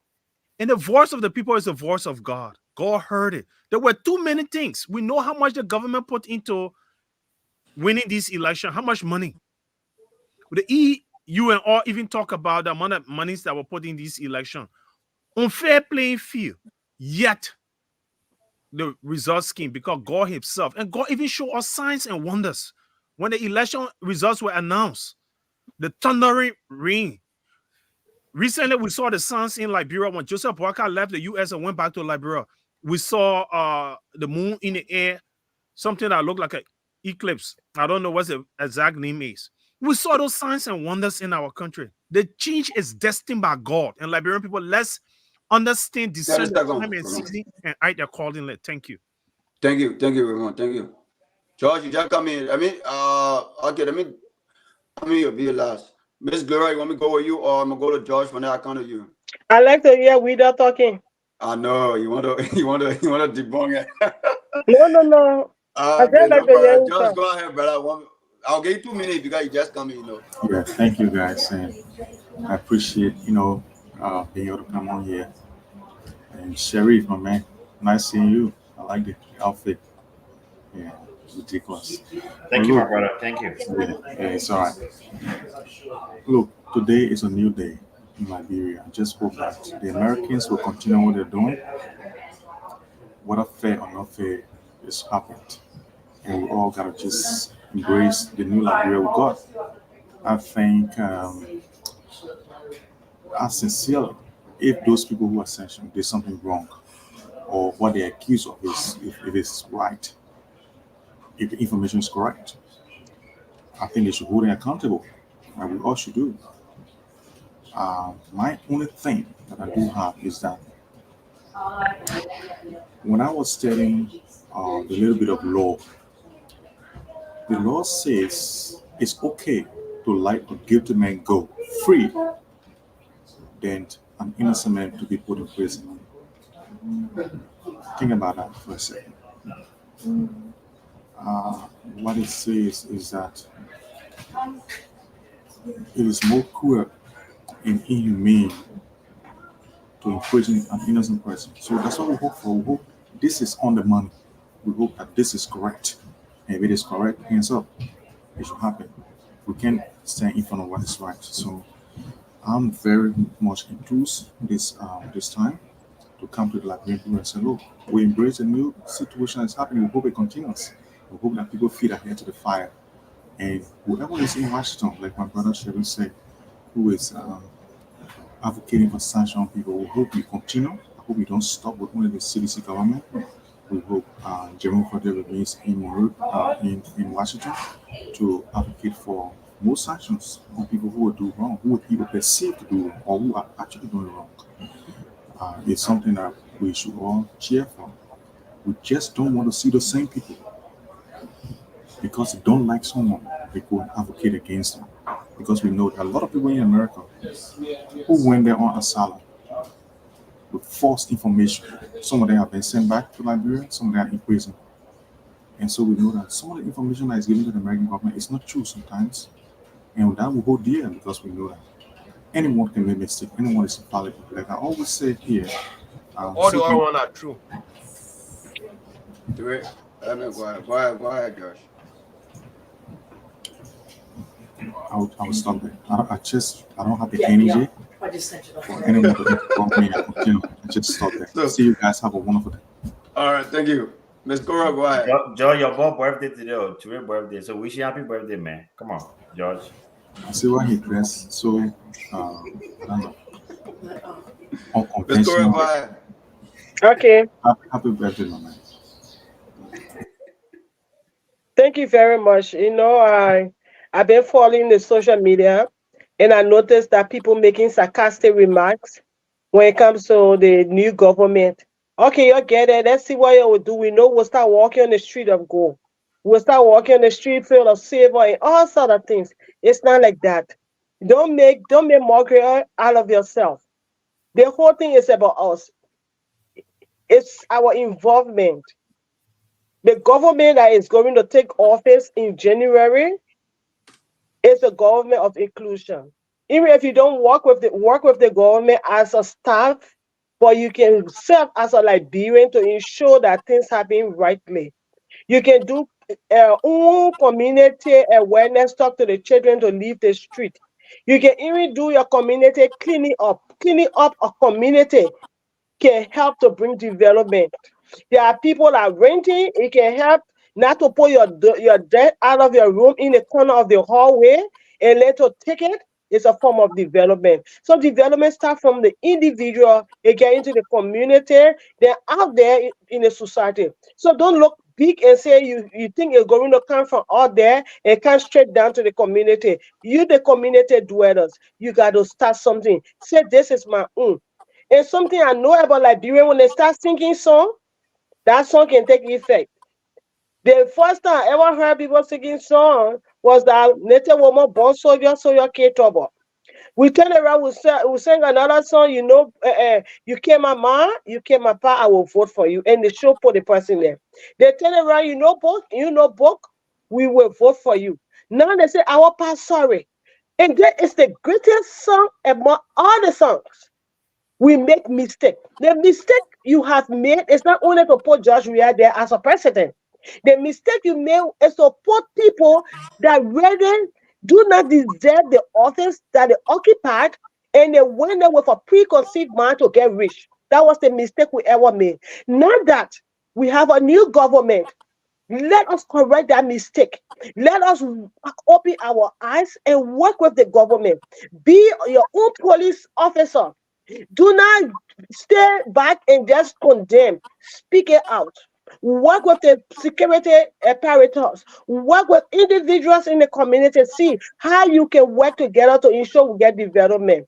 And so you who can join and say, yeah, 3 person come together, just susu to resign. The government was never serious. You can just see, you don't ignore it. The government was never serious. If you say you're going to put people down and then they have a joint resignation letter, that was very bad to tell you that there are a lot of things people did that was not fair.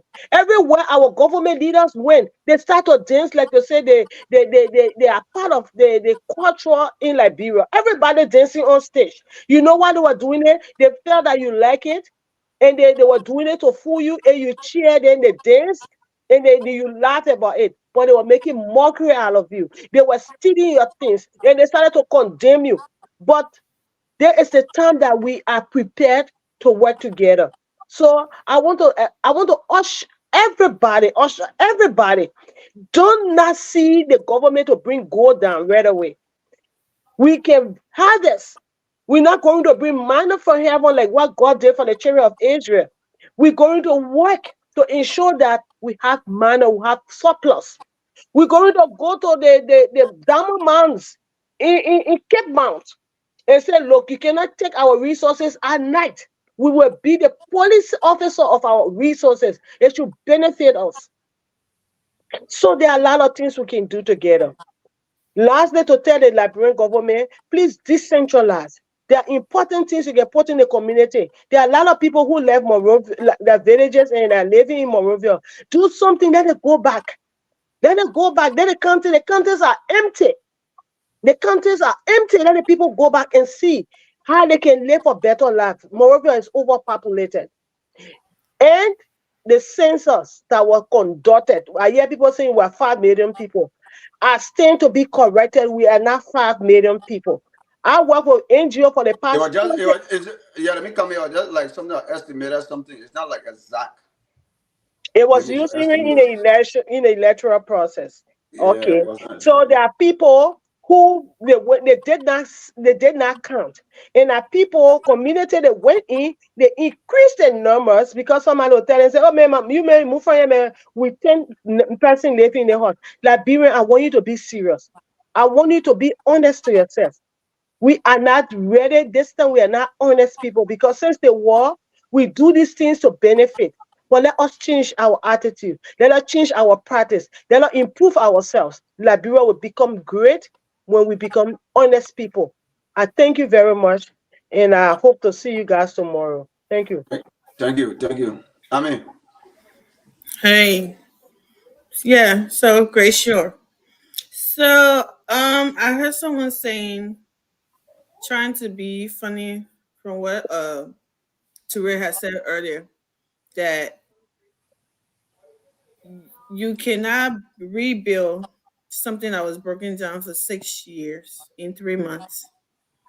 And then the president said, oh, you cannot do that, but excuse me, yeah, expected Josh, we had to rebuild something that was broken down in 170 1 year in 6 years. Excuse me. That's not no one said that. These are the I don't know if these people like comprehend when you're talking, or the politics have just taken over Liberia, that everybody just want to throw something when someone talk. If Joshua had came in and started doing something instead of stealing from the get-go, no one was gonna have problem. Nobody said he could have fixed Liberia 175 years problem in 6 years. But he wasn't trying at all. That's where the problem was. You see all the sanctions that coming. If he were doing that, him and his boys would not be getting sanctioned left and right. That's what we're talking about. So with JMB, he's gonna start doing something. If he doesn't, that's what we're telling you. We're here. The people that are there too, we're gonna be after them.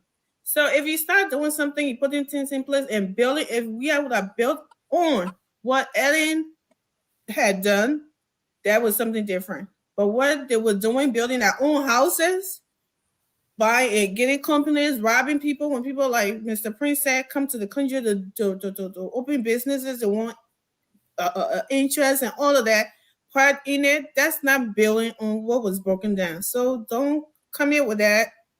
Something is not the same.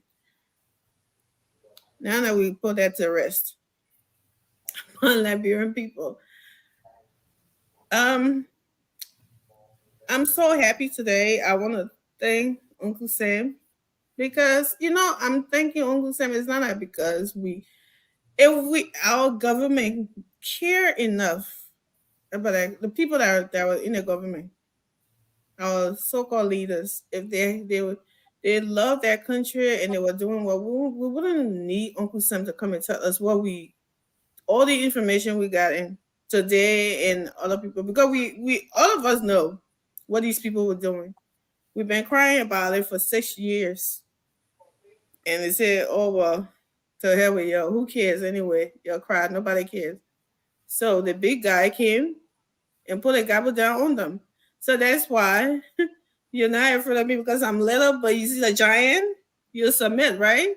That's what's going on. That's why we're saying thank you to Uncle Sam. And we hope and pray that our new government will work along with them to see, changes in our country, to see development, to see, infrastructure. This whole internet stuff when it was chaos. It was a whole lot. It was frustrating. It was a nightmare. Everything. We need more, competitions. We need a lot of things in our country. I mean, it's not just gonna happen boom, boom, boom, like Teresa said, in something, but at least something. Once you start doing something, you see other people, private sector, that will want to come in and start to make this thing happen, and the government doesn't have the hand to do it. That's what, like, security, the rule of law, good roads, all those things, it help. And we are praying, we are hoping and praying, because that's all we can do as human, right? To hope and pray. We don't know everybody. We know that JMB he's an older man. He doesn't have anywhere to steal money to take. But the people who are behind, that will come behind him, we hope that they will have the same mindset, that same love that he had for his country, to see him moving forward, and not with the same old system. We do our own and all of that, and that's why this session is very crucial, because they're saying this. I mean, maybe during my editing time, I don't know if all of this was in place at the time, but it seems like we are having to be there. We as a lucky boy, he always have the best. So this said he opened this door. We are very thankful for that. The next government will know that as a new sheriff in town, like, it's not business as usual anymore. So yeah, great show, and we just hope and pray. Now, one last thing, we're praying for this lady that was bad at beating and stuff. We're still praying for her, and we're hoping that she's recovering, or she responding to treatment. and everything. And security.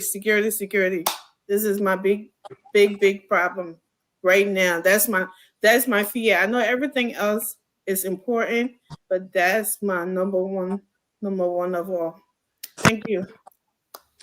And before Moba, wait, yeah. Moba, look, right now, the only thing GMB can focus on right now is building confidence in all of the various institutions. Build confidence in it so our international bilateral, partners can actually see that, you know what, something is looming in a country. Just that I wanted to say, brother. Thank you very much. Thank you. Let me not conclude me. I will not stay on today because you guys said it all. But I was talking to some of my friends like from Ghana, Sierra Leone, Nigeria. You know what they told me? They said, "Look, Jenna guys, I can really admire yours." I said, like how? You see, a lot of Liberians, right? Today they can come on radio, push their government, to the fire and say things, that the government will change. Maybe, try to do good, disease from all the wickedness and corruption and all the stuff. They're asking, I said, well, but you said they are not united to do that because a lot of people are not very care, So I just flared this to tell the Liberian people, the small one we're doing here today. Some of y'all may see like, oh, y'all come here every day, y'all discuss the government, what you're doing. Not everybody can come here and say what I'm doing or what I'm not doing. No. It left with us. It left with our conscience. What we're doing in Liberia is all left with us. But what we can tell you guys is we don't want a beautiful Liberia. Some of us in America, in exile, some people in exile, they want to go home. Some people want to go back home. But how will you go home? You don't even have a fitting security. You don't even have a fitting job. How job will come in the country? Your whole country dark the hell. How job will come there? You're not telling me a company will come in the country where they'll be using generator, they're burning almost $3,000 to $4,000 fuel per day. What the income? What the profit? How many employees? How many people they will employ so that they can be able to get paid? So we got to put all these things in factors. But my Liberian people, you're there extremely well. Actually, you're there extremely well because I think the American, when McCarthy said this is the movement, you're listening to him. And based on that movement today, the sanction came. And I still see people trying to say, oh, it's a witch hunt. There's nothing about witch hunt. McCarthy never sat in his office and just come up with allegations. No. McCarthy went on the field. We all saw it in the video. He went to hospitals, NGO. He went to clinic around the country. He went to counties. Another day, he came out with his funding. He carried his own investigation on. Although he was relying on other people to bring some answer to some of these things that happened, but he did own investigation. He just sat in the office and said, you know what, let me just sit and fold my hand. So all the sanction things are coming, he get evidence. That's the reason why he told the Liberian government, when you're ready, I am ready to provide my evidence. It left with the Liberian government to come up with an investigation and request for the evidence and see if America will not get the evidence. So there's nothing about witch hunt. The people doing all these things in your interest, so that the next government that will come, they must say, you know what? I get a lot of people in America. I get my family. I don't want for my family to be deported at the end of the day. All my property and money be seized. I don't want to do that. But let me do the right thing for the Liberian people. Let me come up and serve well. Every country got corruption. There's no country free from corruption. But you can't lick until you lick your elbow. You can't lick until you forget about the poor man that, he even got food on his table. You can't do that. Every country, you can't tell me say they are corruption free. No, even the great United States, corruption, yeah. But guess what? Everybody working. Nobody not get time for those things to go and say, oh, my lawmaker do that, my government do that. No, I'm working. I got to kind of work to earn my money. You understand? I got to kind of work. But like the corruption is rampant to the extent that the woman in the interior, when she gets sick, when she go to the hospital, she don't even get paracetamol to take. That's how wicked our people are. Then when we come here every day and try to emphasize on the thing and lament on it, then we see our brethren coming against or talking, say, oh, you all got to do their own wish on. They think that it been happening. It been happening, but there's a change on the way. You can't keep doing the same thing and then you Mr. Kumi war. You can't keep doing the same thing and accept the same result. No. You will always remember that when you say today, every day you eating the same soup, that the same tears will be in your mouth. You got to come up when somebody's stealing, somebody got to come up and save the people. And that's why America stepped in. So the sanction is not about which one. It's not about which one. It's about we bringing our people, the Liberian people, wealth that other people stole. They take it for themselves, the money, the property, so that they can get accountability for those things. So the people have documents of those things. So today or tomorrow, when we call for investigation, it will be bring forth to court. So our Liberian people can see, they can hear, they can understand why Samuel Toa name on the list. The man that said he was giving quarrel to Ivory Coast, but Liberia get quarrel. Wow. Impossible. And the type of people you want to be celebrating, Jefferson Koji, who knew what they're looking at Chucky Taylor, the Chucky who pressing at today. The only difference between Taylor, Chucky and Koji is Joey are not Koji father. That's the only reason. That's it. That's the only reason. But other than that, they're gonna be worse than this. Imagine Koji putting gang on the street, get qualities, hunting people, going against people who speak against the government. And today you guys hear him because he gets censored and you try to sympathize with him. That's not the sympathy we are looking for. We are looking for justice for all the people that have been killed. Thank you. We need justice, and this is the time for justice. That's why the Americans step in. All right, guys. Liberians, today, the best Christmas ever you had is Jefferson Koji and Samuel Toa on sanction. The best Christmas ever. So you should be jubilated. You should chicken. I have chicken right there. I have chicken. I have salad. I have jollof rice. Because when you see people clapping too much, they're telling you to stop. Mama, you corrupt us. You more corrupt than Samuel Toa. Jerry, you finance minister, you steal all the money for yourself. I know. Nobody had to ask it. All y'all talking to me. Hey, no, you don't do that, man. 3 minutes, 22 seconds. Then you say you say no. Oh God. Hey, okay, no problem. I know as some member. That's it, man. Like, guys. That was awesome. That's a great show tonight. Everybody know we'll be here again tomorrow. We just today anyway. Well, we can leave anyways. One lesson. Because nothing has to come. This is a tired night. My brother, in our chat room, I get one funny video there. Listen, I just said it make a bit rushing, right? Today, this is tired night. Enjoy yourself. Today, I'm in thought that you get tired. The message of Roman thought the Roman get tired. So let me say that, guys, let me say this. So brother on here is saying that if this is true, if that is true, we know people they when they come in, they lie to. How can you compare the two? How can you compare the two? Guys, I want to say thank you. Thank you for having a great show. No, nothing. I get one funny video in there, man. The guy want to look for a woman on the internet and you're watching it. I want today. Nelson, I seen the video. The video asked me for I sent it to you. Man, Nelson play 1 or 2 videos, but that people last one. Yeah, they play that man. They were more fat than they were more keen, and he wanted to get an earpiece in your ear. She get gun in your head and say, you married me today.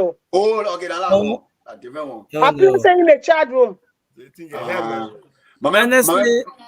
Perfect Kiba. Someone is looking for honestly, to get his Christmas gift. I have a little issue at my end with respect to the gadget I'm using. Oh, So Okay. that's why I've What? been in the background making to all. What? Why you are sleeping here? Okay, no problem. Chief. No, I wasn't sleeping. I wasn't sleeping. Look at my brother. Look at my brother. I was watching my brother video channel. I was laughing. I said, "Hey, wow, look at I that." wasn't sleeping. But I want to say thanks. Huh? Your voice, Yeah. your voice will tell you that you were sleeping. Your voice. Yes, that's security detectives that don't bring it here. Let me inspiration again, handle. Oh man. Nelson, my man, Nelson, the energy he got. I wanna go know, bro. Oh yeah. Man, what are you doing for your birthday? I don't know. I really that's I think I'm really That's weird. what y'all doing on that. Like somebody want or what? Yeah, you calling the person after all the Facebook posts and everything like that, I just that's in our game, I'm playing number 9. My college days were fun. But after college now, the whole birthday thing is just Yeah, me about it. I want to share a funny thing. When I was coming up, one Mandingo girl, I used to come from school. My mother was selling fish, and my mother was selling fish. And my father was in the market, in the garage. Her father in the garage, so we were friends.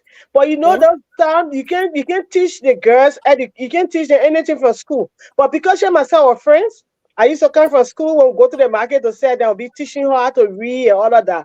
One day I came and into her house. I started to teach her. Her father met me and said, "Don't daughter, I don't let the thing they do to my daughter. Stop teaching my daughter. Stop it." One time I went there, the papi went to the garage. I started to teach the girl. This girl I'm talking about now, she holds a master in nursing. In those days, honestly speaking, the Madingo were not sending the girls' children to school. They were into doing the business. Man, dear, when I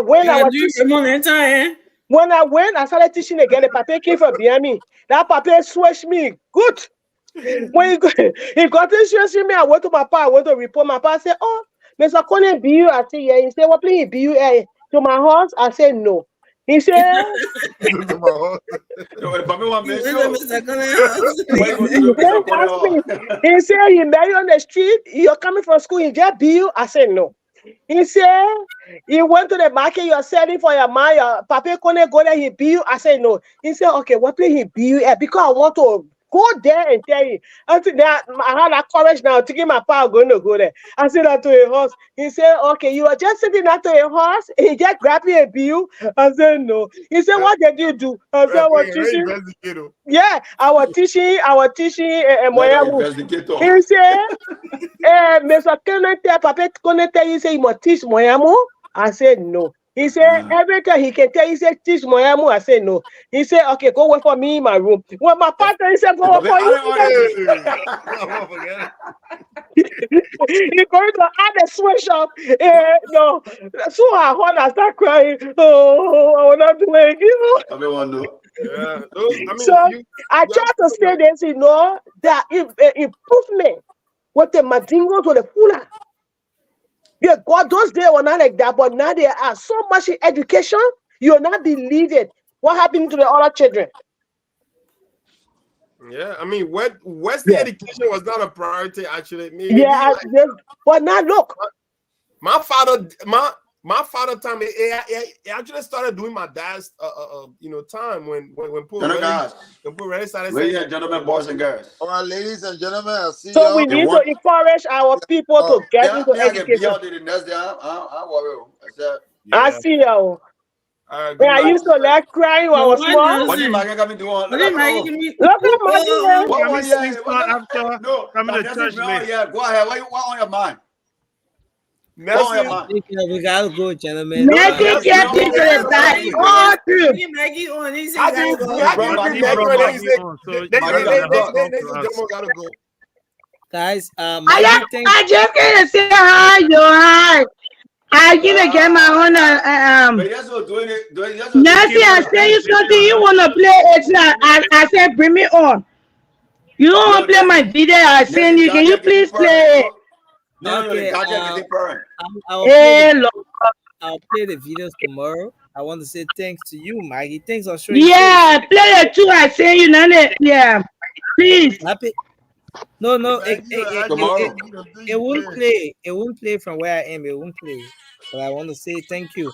I'll play it tomorrow. Oh Lord, that's why I came on. No, yeah, tomorrow, please. You get it Okay. tomorrow. So thank you, Raymond. Thanks, Miss Cora. Thank you, Amy. Thank you, Mova, and happy birthday to you again, Ray. Thanks to me too. I've been here. Happy birthday to you. Look out. Happy birthday to you, dear.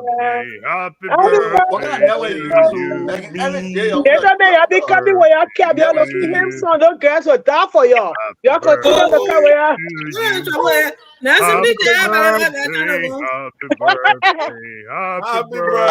birthday. No, don't stop. Thank you. Look at Nelsie. Look at hitter Nelsie. Nelsie is a hitter. Well, you're the birthday man. It will make you last today. That's it. Let me go. Yes, my people. Thank you. It's my birthday. I want to say thank you to my Spoon family. I want to say thank you, especially to the Midnight Panel, man. You guys are great. Our host Nelson Colette, man. What a better host. The greatest host in all media worldwide. That's what. Yes, sir. A special one from the CEOs, Stanton with the spoon. And your boy, Friday the Southern Band. Charges on the beat.